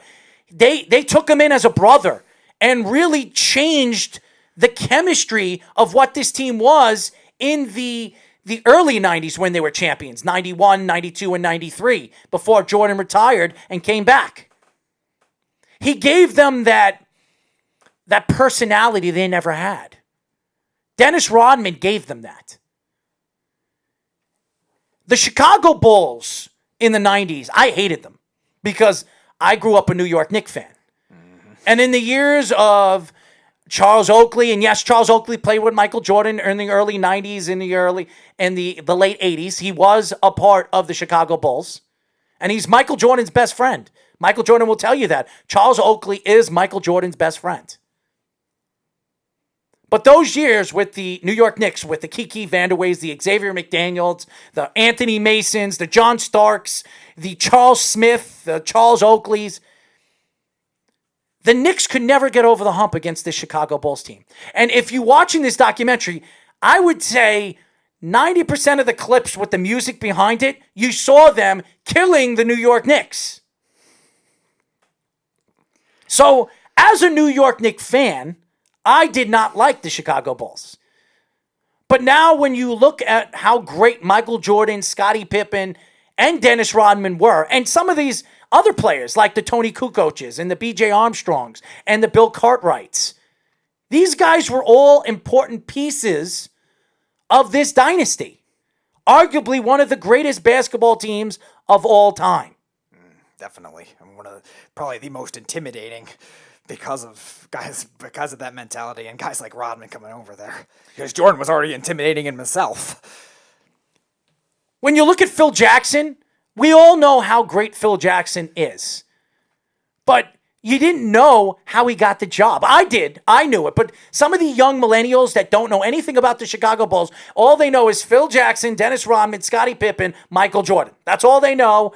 They don't know what it entailed to giving Phil Jackson that job. And I didn't even realize how much Phil Jackson made Michael Jordan change his game to a sense. Absolutely. I didn't even realize that because a lot of times with those coaches, especially if you're a great player, you'll just say, all right, you do your game, I'll coach everyone else. That wasn't the case. And I didn't know that Collins didn't want to play the triangle.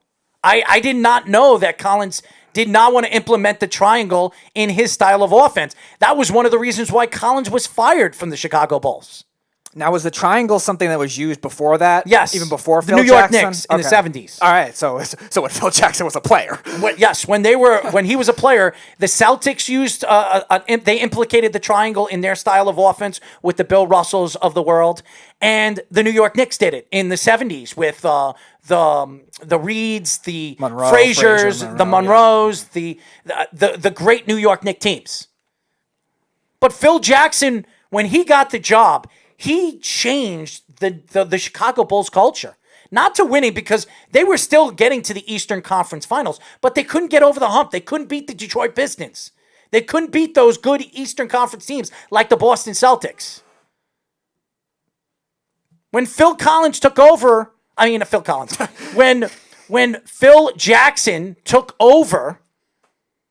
for the Chicago Bulls, he changed everything. He became Dennis Rodman's best friend. And Dennis Rodman said he didn't look at me as a player. He looked at me as a friend. And Dennis Rodman said it on that documentary. Phil Jackson's one of his best friends. That's hard to believe, I would say, considering what Phil Jackson was the same type of player playing for the New York Knicks in the 70s as Dennis Rodman was playing for the Chicago Bulls. That's hard to believe, though, because Rodman, you would think with that crazy personality, him and more calmer Zen master type coach like Phil Jackson, you wouldn't think those things would mesh, and it ended up surprising me when I saw that, how good of a connection they had. They had a great connection, and I did know that because when Dennis retired and I had the opportunity to hang out with him, I was DJing, it was in the Hamptons, and he came out, he was the guest over there, and he brought Carmen Elentra, and I got to hang out with him in the VIP section. The one thing I asked Dennis Rodman is, what was your connection with the Chicago Bulls? And he said, I wouldn't have stayed with the Chicago Bulls for the 98 championship if Phil Jackson wasn't there. Mm-hmm. Phil Jackson really kept that team together. The Zen Master kept that team together. And as much as everybody can't stand Phil Jackson for what he did to the New York Knicks, he was the mastermind. And everybody says Jerry Krause. And Jerry Krause, I don't like how the Chicago Bulls players put this guy down. Even when he was dancing on the plane, when they got over the hump against Detroit, Scottie Pippen told him to sit down. You know what I mean? They didn't respect this man. And this guy built a dynasty. He did. Now, he didn't draft Michael Jordan, but he drafted Scottie Pippen. He made the move and brought in the guys like Tony Kukoc and John Paxton and all the players, B.J. Armstrong, the Horace Grants. And by the way, Horace Grant looks fat as hell, man. Yeah. I mean, his face is so fat. But you learned a lot in these last two episodes about Dennis Rodman, Scottie Pippen. By the way, Scottie Pippen, who doesn't get enough respect for who he is as a player and what he is as a player, this is one of the top 10 defensive players of all time. Top 10. And you watched him when he defended Magic Johnson in the 1990. The first one's 90-91. I think it was the year, either the last year Pat Riley coached the Lakers or the second to last. I forget what it was, but nobody was giving him a shot against the Lakers, even after beating the Pistons. And as soon as they put Scottie Pippen on Magic Johnson, it changed everything. It changed the whole series. And Michael Jordan was the one that said that. When we put Scottie Pippen on Magic Johnson, that changed everything in that series. And Scottie Pippen didn't get enough respect by the Chicago Bulls, Jerry Krause, and that organization. And that's why he wasn't a long-lasting Chicago Bull. He went to Portland after that, and he got his contract. Scottie Pippen was one of the most underrated NBA superstars we have seen in the last 50 years. And again, a great perimeter defender at that time in a game that wasn't really a three-point game was hard to find, too. Now they prioritize it because it's a perimeter game, but Pippen shut down Magic Johnson's shooting, too, and along with other good shooters that Lakers team had in the late 90s, obviously accumulating from their 80s team, the Showtime Lakers. I was very surprised that Scottie Pippen actually asked for a trade that season when he came back in 98. He didn't care. He actually wanted to be traded. And he knew that the Chicago Bulls were never going to trade him.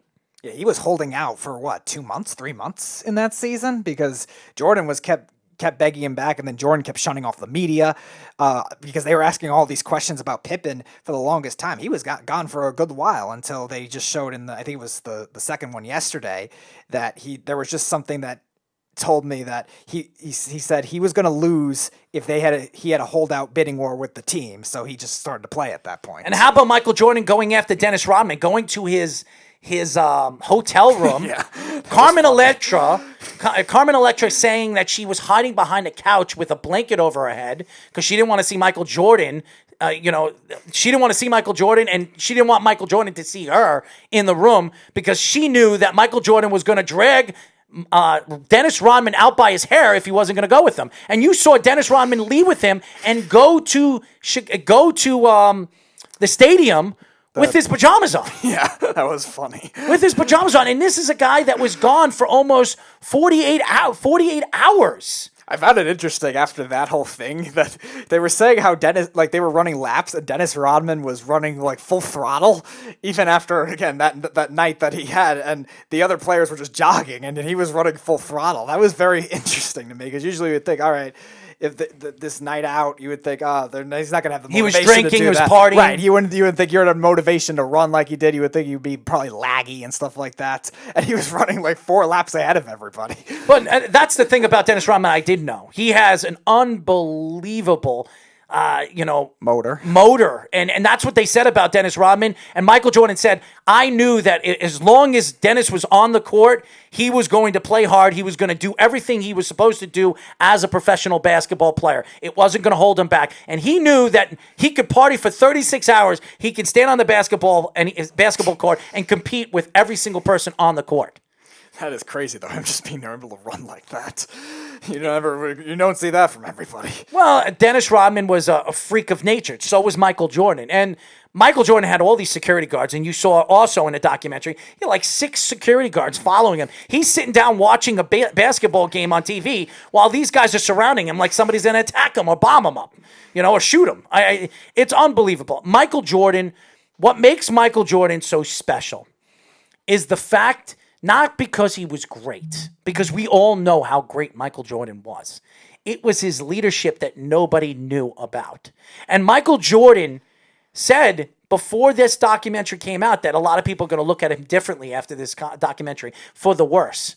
I think I've looked at Michael Jordan for the best, because watching Michael Jordan go to Dennis Rodman's hotel room and practically drag him by his ear to the stadium with his pajamas on is remarkable, because everything I heard about Michael Jordan, in the past, is the guy used to degrade people on the court, his own teammates, and he told them, if you're not going to play hard, you might as well sit on the bench because you don't belong on the court. I think that's what he said when the documentary came out too. All these young kids are going to think of me as this like devilish human being or something like that. And again, this has portrayed him completely the opposite. Yeah, he's intimidating. Yeah, he's tough. I think they were saying, all the greats are like that. I think they were saying even before the look at Tom Brady.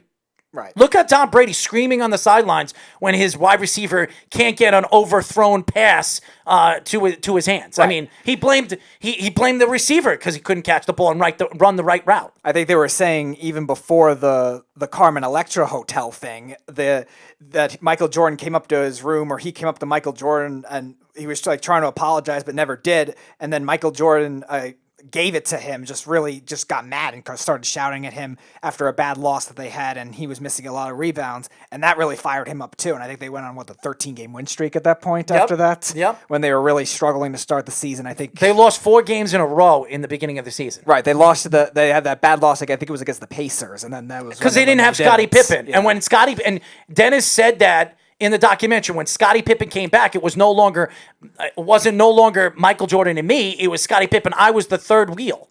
And I understand what Dennis Rodman is saying, and it did bother Dennis Rodman because he loved the fact that he was the second guy behind Michael Jordan. And then when Scottie Pippen came back, Scottie really transitioned the game. He changed the game, not for the speed of the game, and really changed the motor of the game. Scottie Pippen, to me, could defend all 5 positions. And he could defend the point guard position, even the center position. We saw him defend big men. I saw Scottie Pippen in the 90s defend some of the biggest men in the NBA. Scottie Pippen, to me, was the most underrated player in those 90s. He was. Him and Clyde Drexler. And I loved Clyde the Glide Drexler because a lot of you kids don't know a lot about the guy, but he always gave Michael Jordan and Isaiah Thomas the most problems when they played him. Now, they never met in the finals, though. No, they did? The Bulls and the Blazers? The Blazers, yeah, the Bulls and the Blazers were in the finals. Oh, yes. okay. Yes. I thought the Blazers final came a little earlier. All right. No, the Bulls and the Blazers actually did play in the finals. Because I know when he was with Houston those 2 years, that was when Jordan was playing baseball. Yes. But over the years, when they played in the regular season, Clyde Drexler gave Michael Jordan and Isaiah Thomas the most trouble. Also, Larry Bird. Larry Bird had problems playing those Portland Trail Blazing teams with Clyde the Glide Drexler. So a lot of people didn't know who Clyde Drexler is because he's not Michael Jordan. But he's one of the most underrated NBA superstars we've seen in our past. So that was just one of those teams that probably just couldn't get past the Lakers. Was that their problem? They couldn't get. When they did get past the Lakers, they couldn't get past the Chicago. Right. So that was the problem. They just didn't have enough. Okay. The Portland Trail Blazers just didn't have enough. But they were great games when we saw the Portland Trail Blazers play the Chicago Bulls. But getting back to this documentary. What really surprised me in these last two episodes was not the fact that Michael Jordan was a big pain in the ass, because he is. Michael Jordan is the most degrading person when it comes to basketball because Michael Jordan expected excellence. That's what he expected. This is a champion. This is a guy that wanted to win. He had the eye of the tiger, just like Kobe Bryant. That's why a lot of people compare Kobe Bryant to Michael Jordan because of their styles of games. Kobe Bryant tried to implement his style of game to Michael Jordan's. And even his wanting to win, his will to win championships was something that a lot of people didn't have. Larry Bird is one of the most quietest people you would ever meet. And as a basketball player, he didn't say much to the press. He loved to win, don't get me wrong, but he wasn't Michael Jordan. He didn't need to win. He wanted to win, but he didn't need to win. Michael Jordan needed to win. He wanted to win, and he believed in not losing. And when he lost in Eastern Conference Finals in 92, when he lost against, was it 92 or 90? No, it was, I'm sorry, not 90, 89, 90. Yeah. When he lost against, not against the Celtics. When he lost against Detroit in the Eastern Conference Finals. Oh, yeah, that was 89, 90, yep. When he lost against Detroit, he swore to himself, and you saw what they did. After the season ended, a couple of weeks later, they were out training over there at the stadium. Yeah, he said, Michael Jordan said that Detroit team made him train harder than ever before because before and started lifting and put muscle on his body. So he ended up playing 6 years before that, not really doing much in terms of the workouts. I mean, obviously he's getting stronger, but still, that Detroit team really motivated him and pushed him to be the player that he was. And all of a sudden later, 6 championships. Who knows? Michael Jordan wouldn't have been Michael Jordan if it wasn't for the Detroit Pistons. And they really did a nice job with those Jordan rules too, like just describing that, because that was something that was unheard of at that time too, and even looking now is unheard of when you look at it. That's why it makes it so impressive when you talk about this Chicago Bulls and the '98 Chicago Bulls, The Last Dance, and when this documentary is over, I'll probably watch this documentary again because I want to watch it completely through. You know what I mean? Spend a whole day and watch all 10 episodes. But what really stood out to me was Phil Jackson's leadership, the love that Michael Jordan had for Dennis Rodman and Scottie Pippen. Mm-hmm. He really did love those guys. He really did. Everybody thought that he would degrade people. And Tony Kukoc over the years said that Michael Jordan was one of the most degrading people that he's ever played with. Tony Kukoc said that. And John Paxson, you heard what John Paxson said last night. John Paxson, Phil Jackson had to tell Michael Jordan, get the ball to John. He's open. And then finally he started passing the ball. And Michael Jordan for years didn't feel like he had players around him to give the ball to. And then he had to trust the teammates that he had around him. And that was because of Phil Jackson and the triangle offense. Right. The triangle offense made Scottie Pippen the player he was today. from then. You know what I mean? Right. Scottie Pippen came out and said if Phil Jackson didn't coach the team and the triangle offense wasn't implemented in the style of game that they played, he might have not been the player that he was. Gave him other good 3-point shooting options too throughout that bench and made Pippen a little better with that. Obviously, that wasn't his specialty, but it made him a little better with that rather than just Jordan shooting all the threes. So when you think about the Chicago Bulls, and I can't wait to see next week on Sunday, because they're going through each and every player, if you notice that.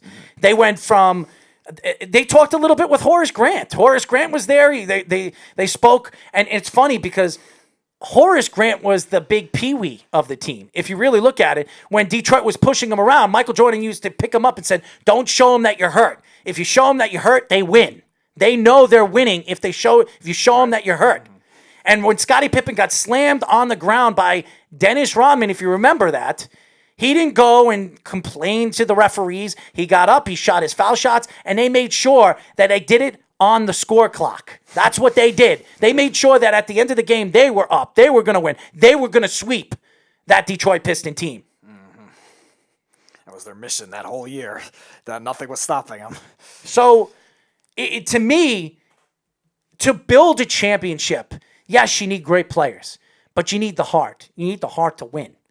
And when you look at those teams, or the Chicago Bulls teams, and I'm not talking about Michael Jordan, Scottie Pippen, Dennis Rodman, Phil Jackson. I'm not even talking about those players. I'm talking about the B.J. Armstrongs, the Bill Cartwrights, the Luke Longleys, those type of players, those fill-in players that fit Phil Jackson's triangle offense. And Michael Jordan in the beginning did not like Phil Jackson. Mm-hmm. He absolutely couldn't stand Phil Jackson. Now, when did Cartwright get there? Because he was with the Knicks for a while, too, yes. They were showing. He was traded for Charles Oakley. Oh, straight up, okay. Yes. So, and I remember that. Bill Cartwright was a top draft pick by the New York Knicks. It was a first-round draft pick by the New York Knicks. And Pat Riley wanted beef up front. He wanted a guy that was going to push people around, and Charles Oakley was one of the meanest players in the NBA. And he was on the Chicago Bulls. And I was very surprised Chicago traded Charles Oakley away. For one reason why is Charles Oakley was Michael Jordan's best friend, and he was the second best player on those Chicago Bulls teams in the late 80s. So it made no sense. Bill Cartwright, he was a good player. It wasn't a great player.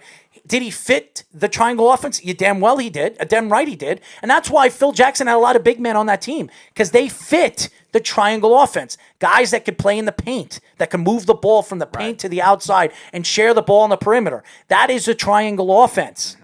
And he showed you what the triangle offense did. And it's interesting because now we're seeing in today's NBA a lot of those concepts because of the three-pointer, big men that could pass. And really, that was the only time it worked to that same effect where you had multiple guys, not just one big man, just multiple guys feeding the balls to different spots, whether it's mid-range or three-point.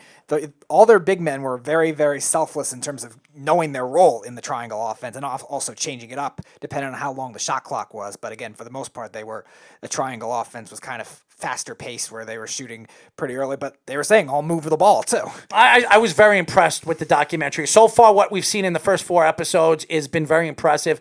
I was, we interviewed, what's his name again, last week. His friend is actually, he actually helped build the documentary. The basketball announcer? Yes. Mike Inglis? No, it wasn't Inglis. Okay, so the rest of the guys were all baseball, so. No. I'm trying to remember. The guy with the glasses from UConn, from Boston. Who was that? Kutcher. Oh. Yes, Kutcher. You don't remember what he said? That he said, I'm looking forward to watching the Last Dance documentary because my friend actually was a part of the documentary. He was one of the video guys. Mm-hmm. So he said that it was very well built and he's not even looking forward to the NFL draft. As a matter of fact, he said he wasn't even going to watch the NFL draft. Oh, that's right. Yeah. He said he was just going to look at it on Twitter and watch the Last Dance. That's right. And he probably had exclusive access because of that before everyone else did. I doubt it. He didn't say that he had access to it. He did say he probably didn't reveal it, but maybe he did. We don't know. No, you can't say that he did because he said he couldn't wait for it to come out and actually watch it on TV. That's fair. So, all right. But I was very impressed. I'm very impressed with everything that we've seen so far. I'm looking forward to seeing as the season progressed and as the playoffs, because you know the nastiness that happened in the 98 playoffs. I mean, there was a lot of nasty games and a lot of crazy games in the 98 playoffs, all the way to the NBA championship. So I'm looking forward to that. They foreshadowed the game one, and then now they'll probably build up on the rest of the series. Absolutely. Next. I'm looking forward to seeing what they have in store for episode 5 and 6 coming up next week. So The Last Dance, if you guys have not seen the first 4 episodes, definitely if you have a Fire Stick and you have to download it. You have to watch it, or DVR it, or find it on ESPN. Maybe they're replaying it. They're probably replaying. They replayed episodes 1 and 2, I think 2 hours after it streamed live. It was so far it's been very impressive. Really has. So I'm very excited to see next week. As a matter of fact, I hate watching documentaries, and I don't watch TV episodes or TV shows because I don't want to wait until next week for the next episode. I don't. I got to wait for a whole week to watch the next episode and finding out what's going to happen. Right. So I don't really like that. So, but I'm looking forward to next week at 9 o'clock to watch The Last Dance with Michael Jordan and the 1998 Chicago Championship Bulls. So looking forward to that. But that's it for our show, ladies and gentlemen. I'd like to thank Tim Alcorn for joining us, the voice of the Cleveland Cavaliers. I'd like to thank RTF Sports Radio for putting and nominating us as the top show of the month. Obviously, we did not win, as you guys heard in the beginning of the show. But thank you to Mike for actually picking us or choosing us to be in that nominee and being a nominee of a top radio show on his network. Tomorrow, we're going to have a lot of special guests. Who do we have tomorrow? We got 2 tomorrow. At 6:30, we have Hornets play-by-play announcer John Falk. And then at 7 p.m., we have Warriors radio play-by-play announcer Tim Roy. So that's going to be something fun. And we got a lot of stories to talk about tomorrow. We really didn't get into it. We got into the NFL draft. I do want to get more in depth with the Giants and Jets tomorrow. We will get into that. I would like to get some of these draftees to get on our show. So we've reached out to all the different guys that draft prospects from the New York Jets and the New York Giants. Hopefully one of these guys or 2 of these guys would like to come on with us. We'd love to interview them. So hopefully we get them on. But until tomorrow, this is Errol Marks, Speedy Petey, and Down to the Wire saying good night, and we'll talk to you then. Good night, everybody. You're listening to the Worldwide Sports Radio Network.